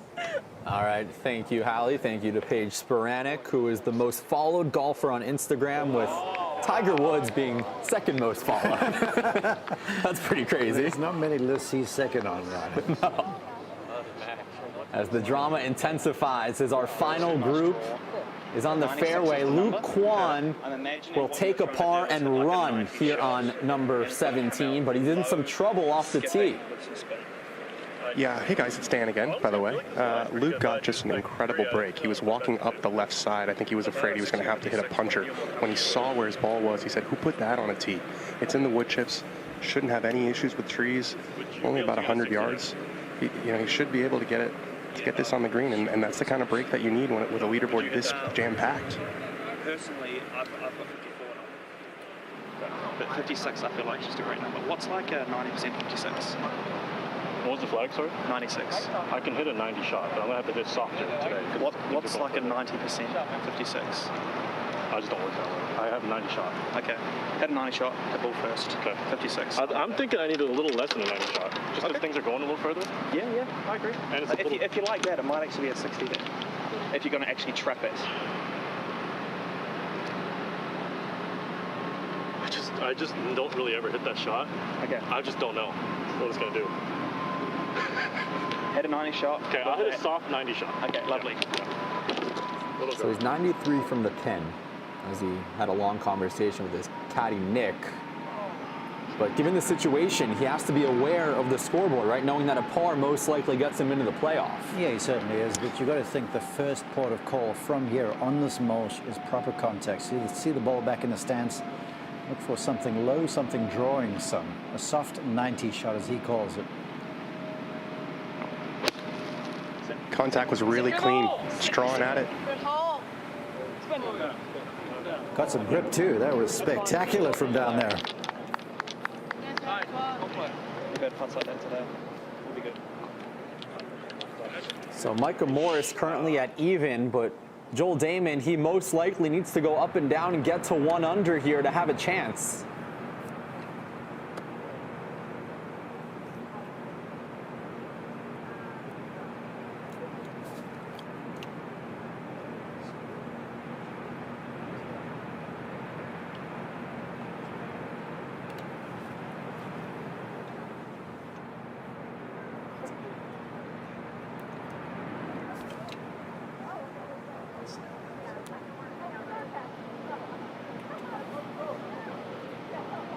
75 yards here for Micah Morris. It's come out a little flat. Spin. Okay. He's got a chance. He's caught in two minds there. You want to flat something in there, but you know the greens are firm, and you deal off that wedge, and it just jets out there. And Peter Finch is going to be in a similar spot to Micah Morris at even par. However, he smoked his drive. It went 356 yards. He'll have just 49 yards in. Well, that's where we had heard from our Joel Damon that Micah, who I would argue might be the longest hitter in this field, has been going with that mini driver, that 2-wood off the tee. Because if he'd had the big dog, I don't think the green would have been in danger. All right, Joel. With Peter Finch being 49 yards out, he most likely needs birdie. How aware of the situation do you think he is right now down the stretch here on 17? Well, he's very aware. I just had a quick chat with him. This is his bread and butter. He says he hits 50-yard shots all the time on his range at home. He mentioned that this one might scare the hole. He also mentioned there might be an awesome celebration if it does go in. He is very aware of what is going on right now and where he's at in the leaderboard.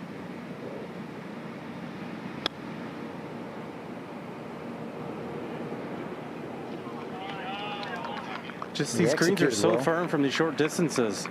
Yeah, you're right, man. He executed well there. The ball just took that hard skip. He knew it. I do think he landed it exactly where he wanted to. That's just adapting new greens that are very difficult, and short shots just aren't going to spin around here. A few weeks ago, so.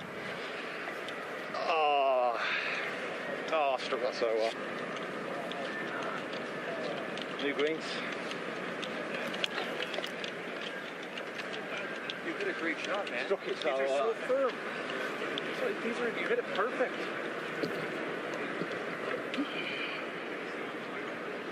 Everyone a fan of Peter Finch on social media. We just saw Joel give him some props that he hit a great shot. A lot of Finch fans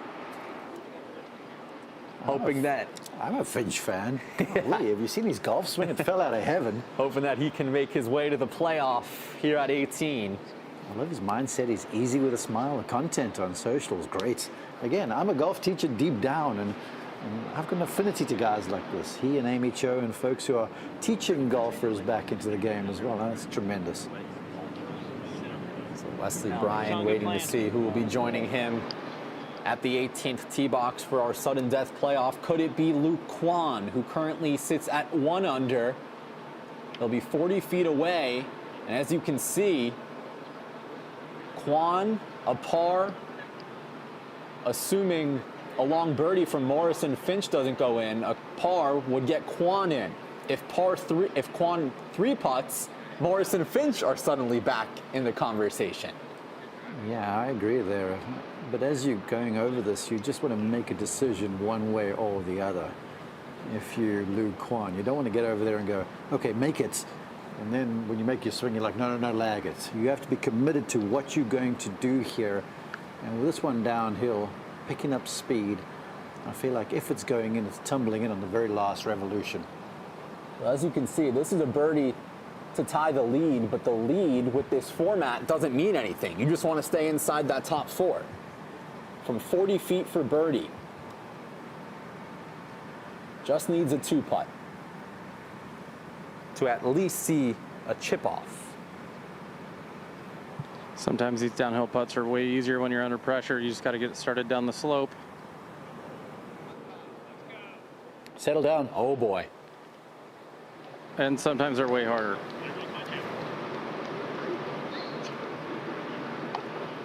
He's still easy with a smile, isn't he?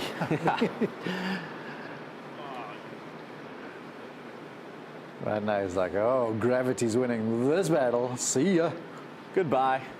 It ran 9.5 feet past the pin, which suddenly makes these putts from Micah Morris and Peter Finch all that more important. No pressure on that man. Wesley Bryan, 2 under. This is the biggest putt of the tournament so far. Peter Finch from 22.5 feet to get to 1 under.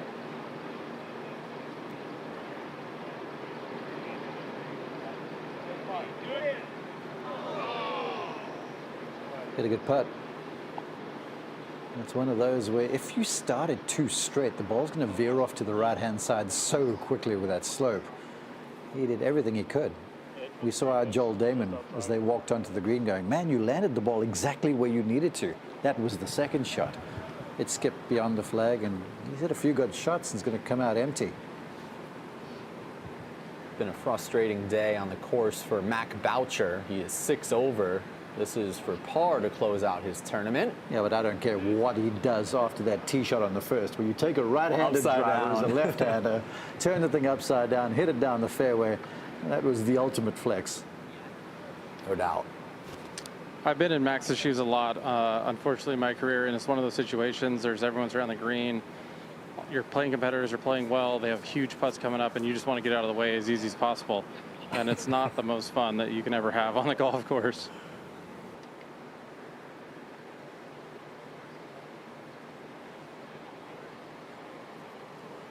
Yeah, makes a lot of sense, but he hit that putt, and he's out of the way now for Micah Morris, who has a birdie putt from just more than 20 feet to get to 1 under par, and at minimum, guarantee a chip off.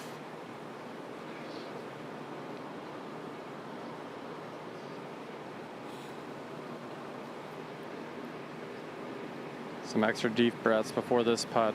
He is feeling the nerves. This is what he's here for.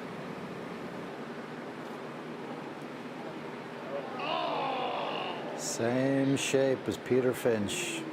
Sets it off to the left-hand side and just does not turn down the hill enough.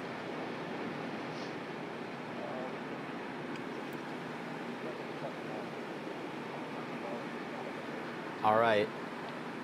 This putt means everything in terms of a potential chip off. Luke Kwan has 9.5 feet to save par. If he makes it, he's in at 1 under par. If he misses, Morris and Finch can save their par, and we would have a 3-way tie at even, which would bring other players back into the conversation, such as Brad Dahlke, who's even par. Every golf shot makes somebody happy and somebody sad. Watch right here. Luke Kwan from 9.5 feet to make the playoff at the Creator Classic. Yes, sir!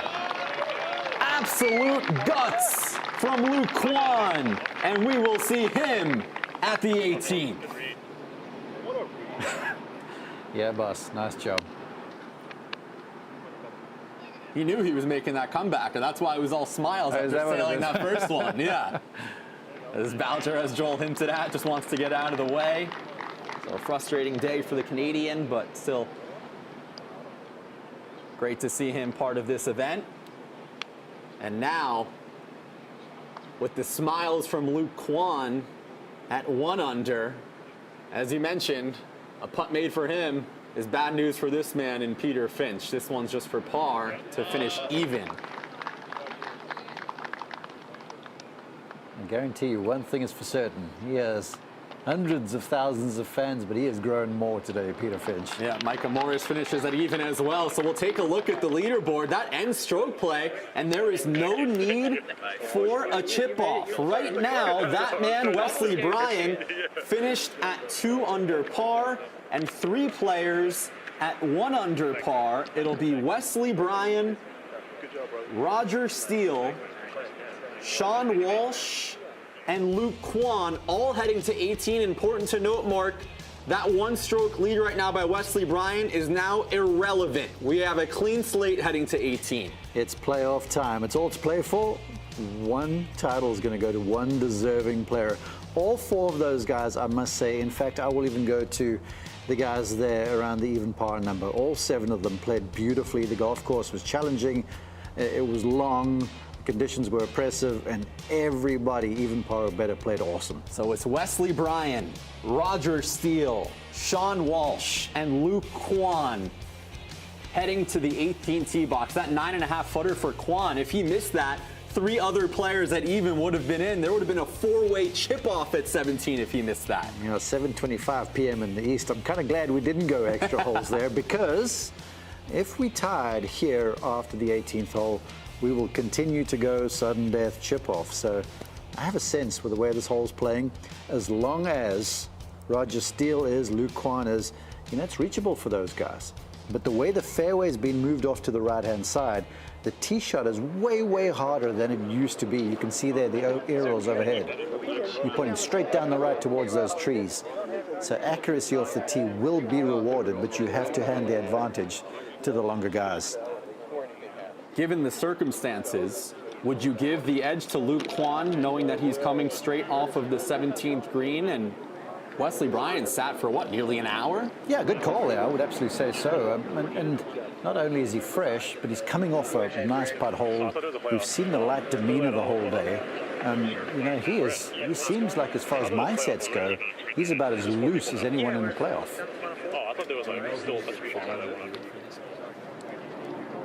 That's PGA Tour rules official there, Gary Young, presiding over the proceedings. You forgot how golf works, Luke? It's been too long. You forgot how golf works. We made the final 4 on it. Let's go. We did a thing today. We did a thing today. We did a thing today. So this is the first time today that we're seeing the par 5 18th hole. We saw a lot of players take advantage of the previous par 5, the 14th hole. But right now, it's a brand new ball game for all 4 players. Significant change to this hole from previous Tour Championships. As pointed out, the fairways moved to the right. There's a 375-yard or so run out. The big slope, the speed slot that they used to have down there has been softened a little bit. The fairway's crowned, so finding that narrow fairway is really challenging. Look at this. They're really being treated like PGA Tour professionals. You got to go sign your scorecard, have them officially register it. You know, they mentioned Space Camp in terms of this day, and they're really fine-tuning every little detail to make this experience that more special for these guys and girls. Well, they played like PGA Tour players. Roger Steele, he can have that 55-footer for birdie earlier today to thank for making this playoff. He made a few other putts as well. I would even go a few holes before that where he was in trouble down the par 5 14th. Made a 20-footer 4-5 for par to keep him relevant. There's Wesley Bryan. We mentioned he was sitting and watching for nearly an hour. He didn't take any practice swings since he finished that 17th hole.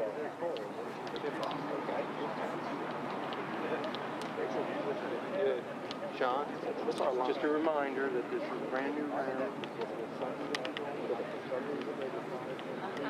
Former winner on the PGA Tour, the 2017 RBC Heritage. He won YouTube Golf Championship number 3 in Bermuda, beat Grant Horvat in a playoff, another talented golf content creator. As you see, Luke Kwan finishing his signature, and will soon be heading to the 18th tee box. And just a reminder, you can see all the camera crews around there. And there's our Chad mum in the back with the headset on. Each one of these creators has their own team there with them too, and they will be creating some content from this event as well. So this thing's going all over the show.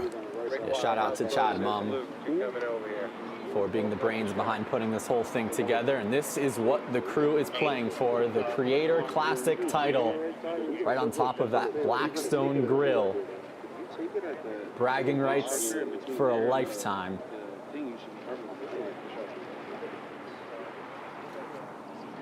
And let's bring in Hallie Ledbetter. You talked to one of our competitors in this playoff a moment ago, didn't you? Yeah, Sean said he's feeling good, but he was actually just notified that number 10 isn't internal out of bounds. So he said we maybe see some interesting lines off the tee here. He's still deciding what he wants to do.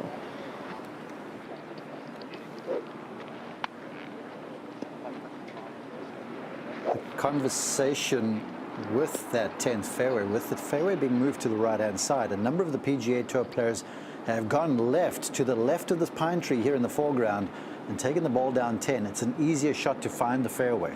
All right, as the sun continues to set, Wesley Bryan beginning this playoff. This one's headed well left. About a 20-minute gap for him. If it's far enough left, he might be okay. But certainly going to miss the fairway well left. And I don't know if this is an intimidation factor from Roger Steele, but if it is, it's working. He's got, I believe, a hybrid. It's 375 rollout, and apparently driver's too much and 3-wood's too much. So Wesley safely down there in the 10th fairway. Now Steele. And he mentioned before the tournament even started, this tournament is going to come down to his driver, but he does not have the big stick out here. Yeah, when you got 195 ball speed, you gotta kind of dial it back. This one's also going to miss left. The issue is with where the water is now, there's really nowhere to lay up. You can't carry it with a second shot, so we might see some pitch outs here.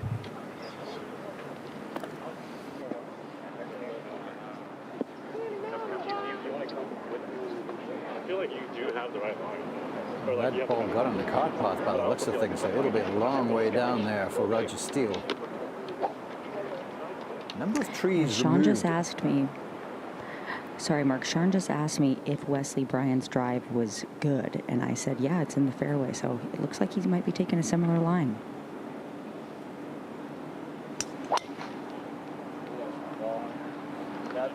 That should be good down that line, Hallie. 3 more yards left. I haven't done anything out here before, so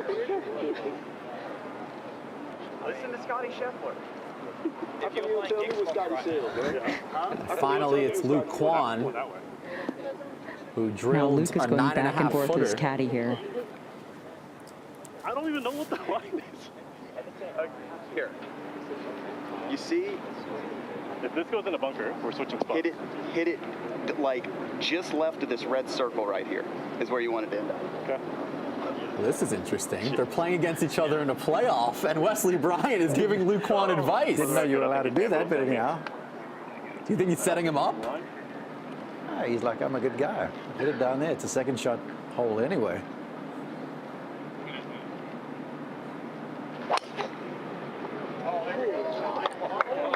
.182. With a clap from Wesley Bryan.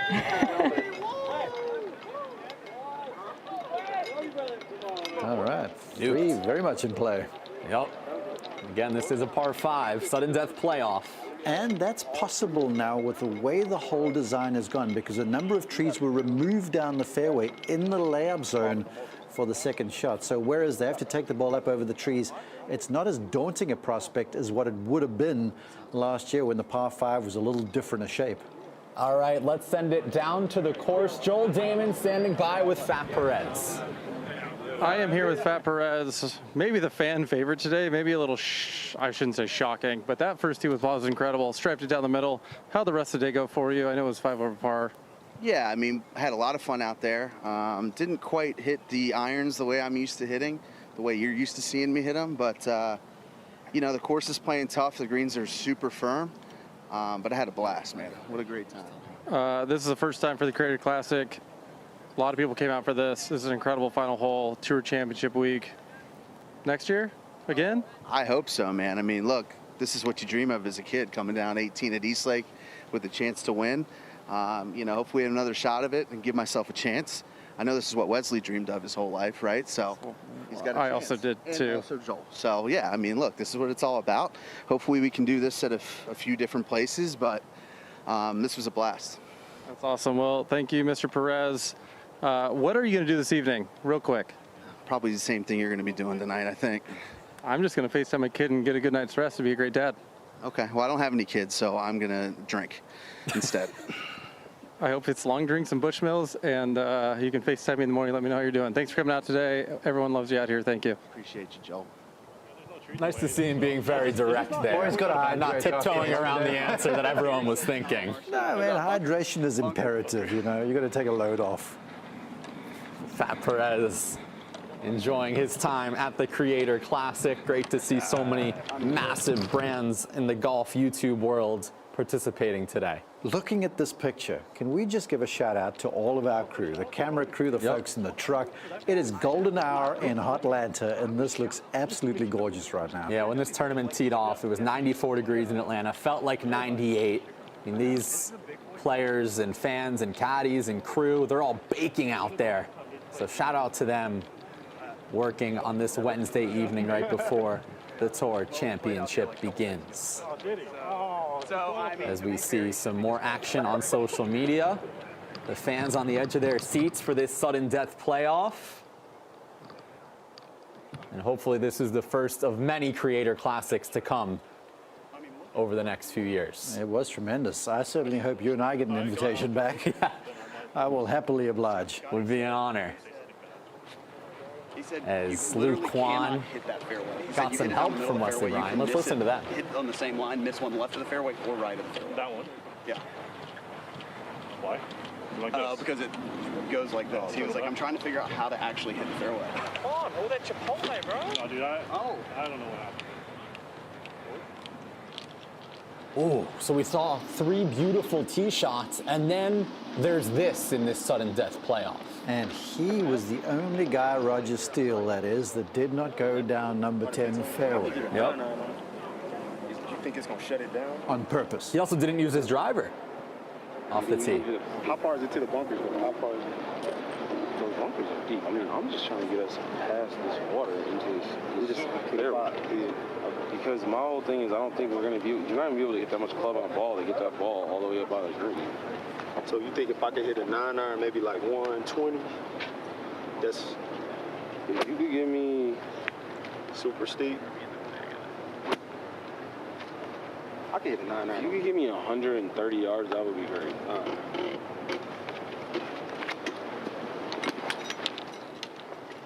He has to keep this left. Anything low and right could be issues.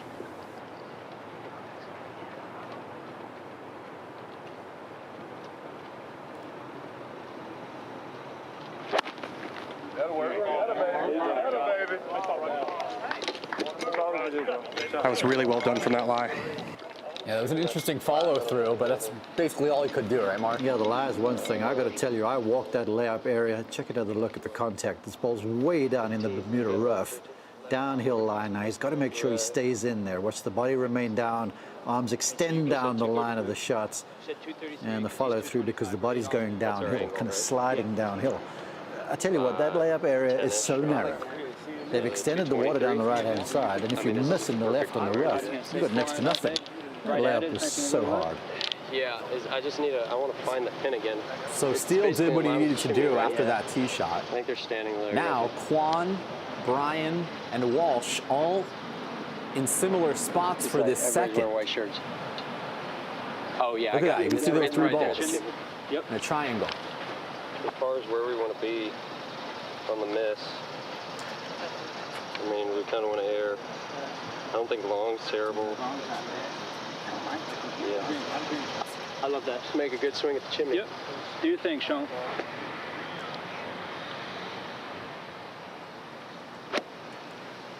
Our approach shot tracing technology is provided by Coke Zero Sugar.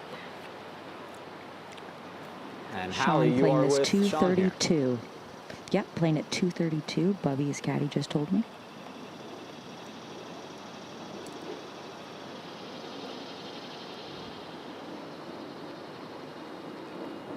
It's a straight line to the green. If you take it on the edge of that Tudor clubhouse, you are in business.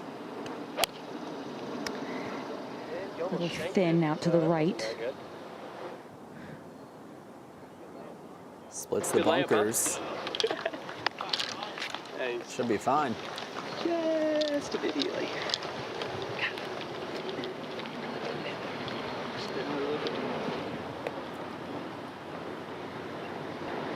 And Wesley Bryan will be next. He's got to hit this really high if it's got a chance of holding the green. This is much higher and much further left than Sean's. He likes to fade it. That one is not fading. How good's your short game about to be? Yeah, he's going to have to bring the short game skills from down there. That was an oopsie.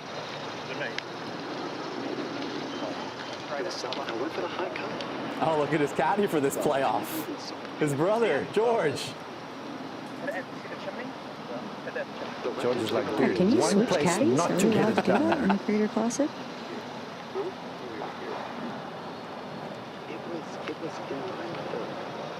And the final man to hit his second shot is Luke Kwan. Ball slightly below his feet here. Looking to fade it into the hole.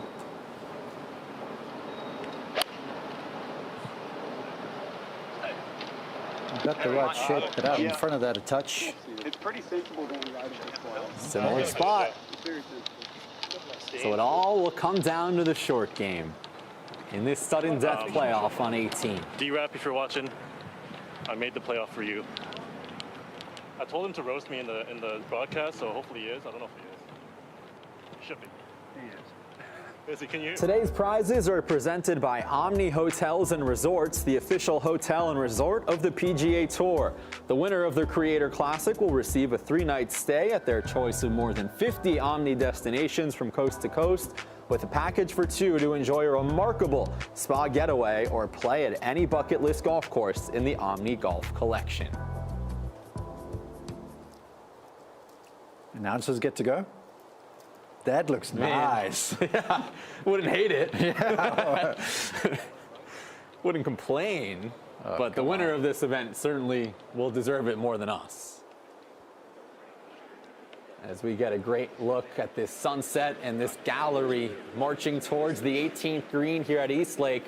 Just 4 days from now, we will crown a tour champion in this exact setting.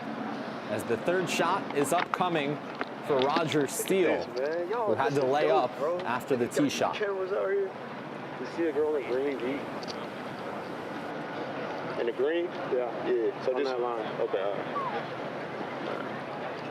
Now he's got an opportunity here to stick one and put the pressure on the other guys. That's kind of the benefit of going first, of laying up. So if he can stick this close, he gives them one to look at. It would only be a wedge.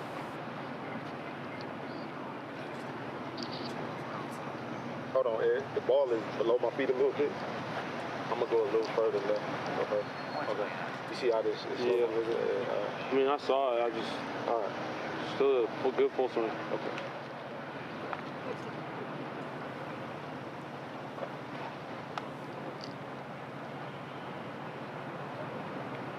Here's the third for Steele.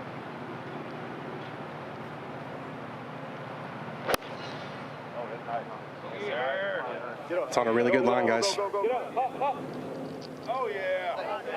False front, right about there. It's going to have to work hard to stay on the green.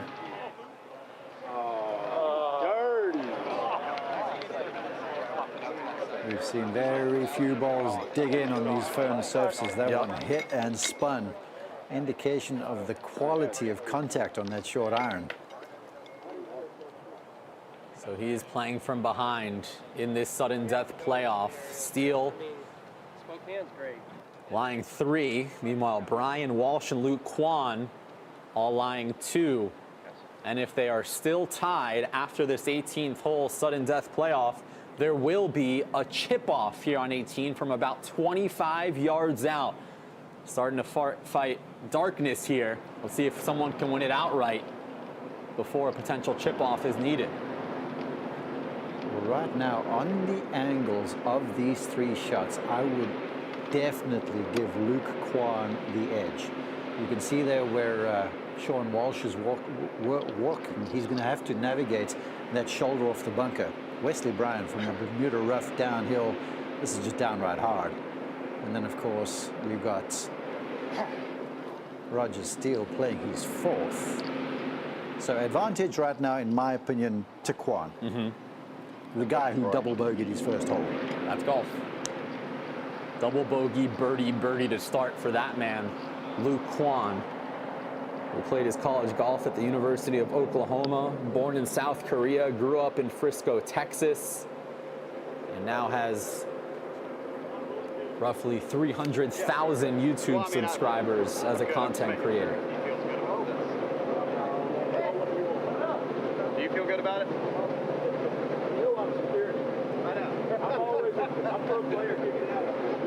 So what Wesley's doing here right now is taking relief from this huge spectator stand. He's worrying that Gary Young's going to come and DQ him for taking the wrong putt. Yeah. Yes, we do have PGA Tour rules officials for this event. Drop over here. Every little detail is covered for these content creators to be treated like they are playing in the Tour Championship and right on cue.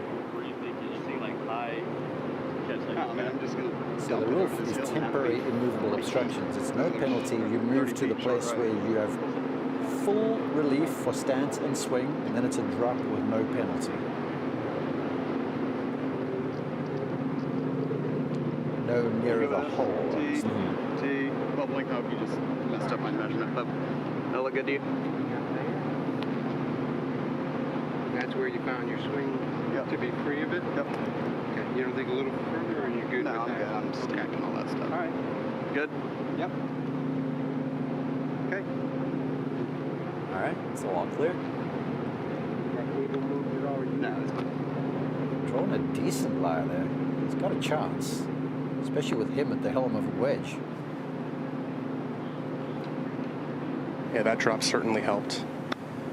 It needs to just trickle over that last little ridge. That was a touch chunky there. It needs to keep going. Oh, it's going to stay. Is it going to stay? Careful, don't talk too soon. Oh my! The crowd willed that one down. Look at this! Some magic on the 18th green. Makes this upcoming birdie putt. You've heard of Merlin with Excalibur? Well, that's like this guy with a wedge. Makes it that much more makeable. So he's on the green in 3. Both Kwon and Walsh are about to hit their third, and I believe that is the putter in the hand of Sean Walsh. Yeah, Walsh is putting through a good 25, 30 feet of fringe here, but it is, I think, the safe play. Allie, would you be putting from down here? You know what? I think I would if the Creator Classic was on the line, Mark. All right. Not much to it, though. From both sides of the hole, the green is sloping towards the cup. Straight over that yardage or that sprinkler head right over there. That's a bit of a misjudgment.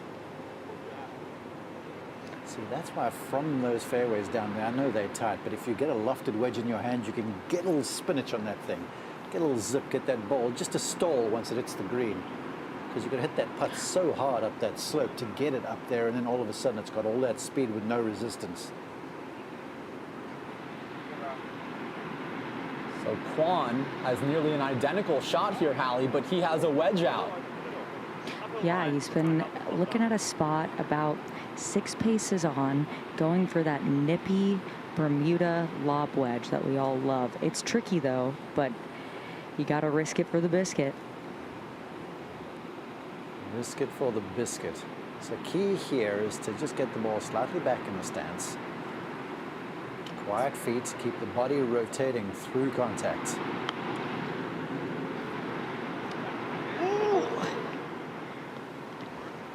All right, so here's the situation, folks. All 4 players in our sudden death playoff are all lying 3. Steele's 4th will be next. He's the only one currently not on the green. Yeah, he needs to hold this to have a chance, but I mean, what a performance. You look at the other 3 guys. Wesley played on the PGA Tour, Kwon played at Oklahoma, Sean's played pro golf. And Rogers just scratch handicap. I think he's going to need to turn this score in because I think that handicap's going down.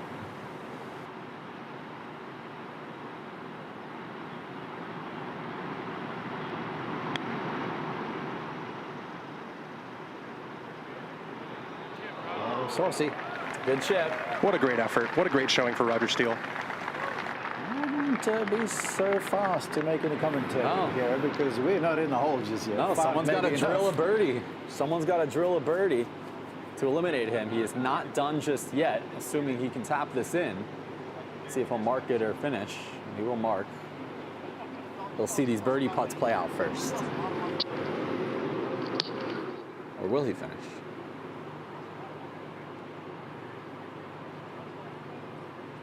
All right, so we have 3 birdie putts upcoming. A birdie won't immediately win it, but a birdie would eliminate Roger Steele. Yeah, and first in wins in this situation. First putt to go down, that's ordinarily the winner, because as soon as you make it, knocks the other ones back a few feet, and the hole instantly gets smaller in your mind. Is that how it works? So I believe it. There's no need to be hanging around here, Sean Walsh.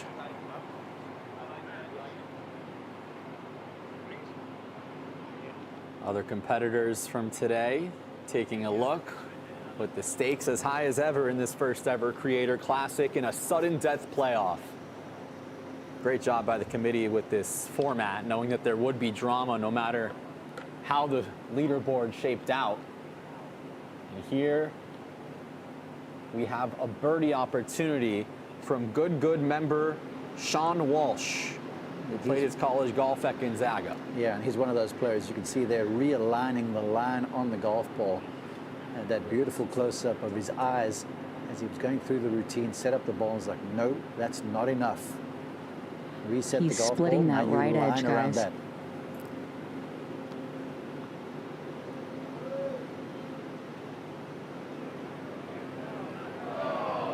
Just misses. So Steele is still alive. This thing is not over yet. Walsh is in for par. He's going to have to hope that these two birdie putts miss as well and head to a chip off. The next birdie putt opportunity will come from Wesley Bryant.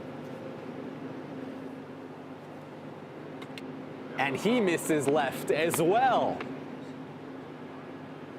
That sets the stage for Luke Kwan. On 17, he had to make a par putt to advance to the playoff. Mark, now he has a birdie putt to walk it off. And golf grand. What a cool story this man has. Great player turned professional, became an influencer, then had that horrific golf cart accident, had to have emergency brain surgery. At one stage, wasn't sure if he was going to live. And now here we are. Luke Kwan, this birdie putt to win the first ever Creator Classic.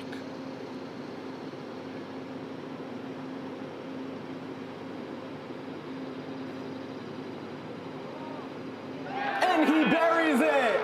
Luke Kwan, your 2024 Creator Classic champion at Eastlake. Bravo. Began his day with a ragged double bogey 6 on the first hole. Mixed in a few more birdies, made the massive save from about 9 feet on the 8th hole to get into the playoff. The birdie to win. Just absolute guts on his last 2 putts of the day. That was never missing. That left the face. It had one destination. Bingo. Watch this, perfection, right off the face. It was never going anywhere else. Played his college golf at the University of Oklahoma. Boomer Sooner. Luke Kwan wins it on the 18th green. Oh, the whole time. I called it the whole time. Told you I'd see you. All right. And before the winner's presentation, let's send it down to Hallie Ledbetter. Here with the one, the only Roger Steele. Roger, walk me through this Final Four 18th hole here. How are you feeling? I felt confused on the tee. Like to see them hitting the ball that far left into oblivion and not know where they were going or where the ball was coming down. It confused me a lot. And now, I don't trust Wesley Bryant no more because I feel like, I don't know. I just felt like I could have been better informed about what the players do on that hole. You know what I mean? But outside of that, it was fun. Even over there from the left, it's not like they had a gimme situation where they could just land it on here and make an easy birdie. So it was great. Everything about this was great. You told me coming into the Creator Classic that you had pretty low expectations. So how are you feeling now that you got to the Final Four? I felt like, you know, I told myself coming into this that all it would take for me is like 5 good drives. Like if I could keep the ball in the fairway, the rough is too penal. You can't do anything out of it. If I could keep the ball in the fairway, I play pretty decent. And I did that. You know, I was on the range. I hit my 5 good drives, and then I stopped hitting driver because I'm like, if I just do that, we'll be fine. So, yeah, just, you know, I think that the course can be very penal from the rough. If you miscalculating off the tee, it seems impossible to score. Well, you should be so proud, Roger. It was so fun watching you, and we hope to see you next time. Oh, this is gonna be a next time? I don't know, maybe. Do you want there to be? Hey, with this top 4, I secured my invite to the next field, right? Oh, I don't know. We'll have to check with the tour on that one, guys. Commit to me that I made it to the next round. We're breaking up. We're breaking up. I think you'll get an invite, Roger. All right, back to you guys. All right, thank you so much, Hallie. So Roger Steele, and there's Wesley Bryan, who still has that PGA Tour status. He was remarkable today, but tonight belongs to Luke Kwan, who makes the birdie putt on the 18th green at the Tour Championship, where in a couple days we will see one of the 30 remaining PGA Tour players celebrate a FedExCup and Tour Championship. And for now, let's send it down to the trophy presentation with Dan Rappaport. What a special day at the inaugural Creator Classic. A shout out to Chad Mumm, founder of Pro Shop Studios, to Scott Stevenson, Senior Vice President of Marketing for Blackstone, to Mary Beth Flagel and the entire PGA Tour championship team. What an incredible special day. Scott, would you do the honor of presenting our champion? Yes.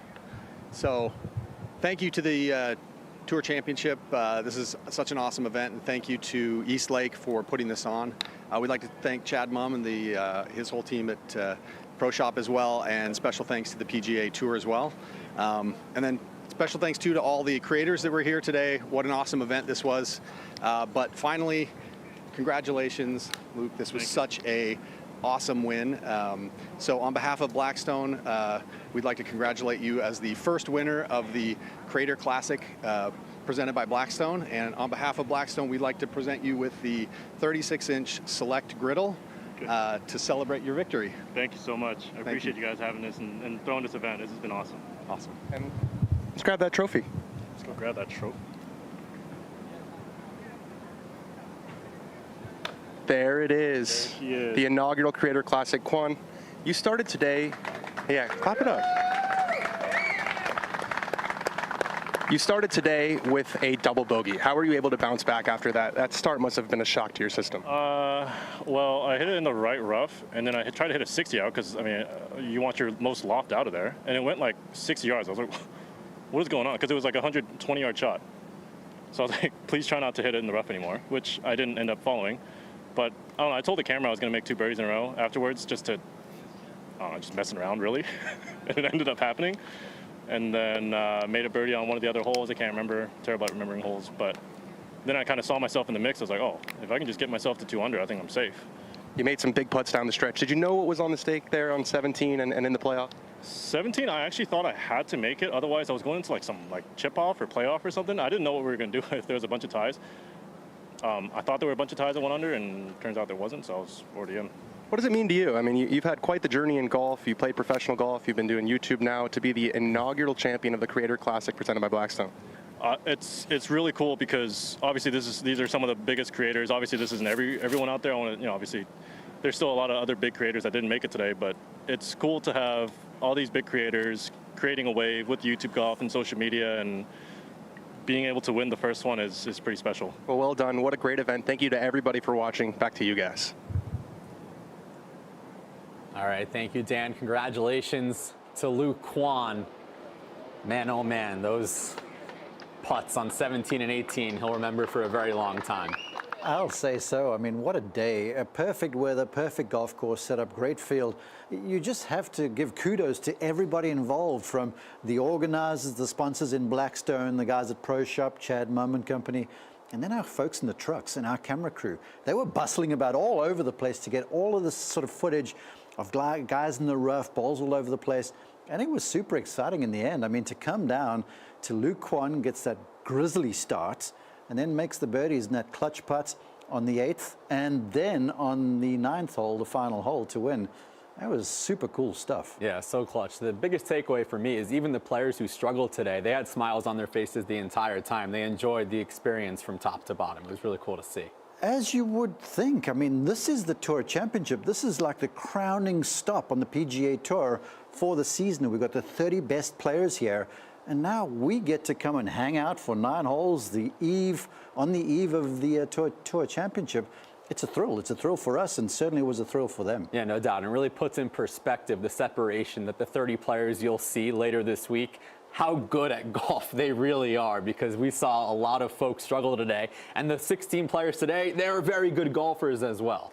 Hi, my name's Mark, and I stand accused because I didn't think anyone was going to shoot par or better.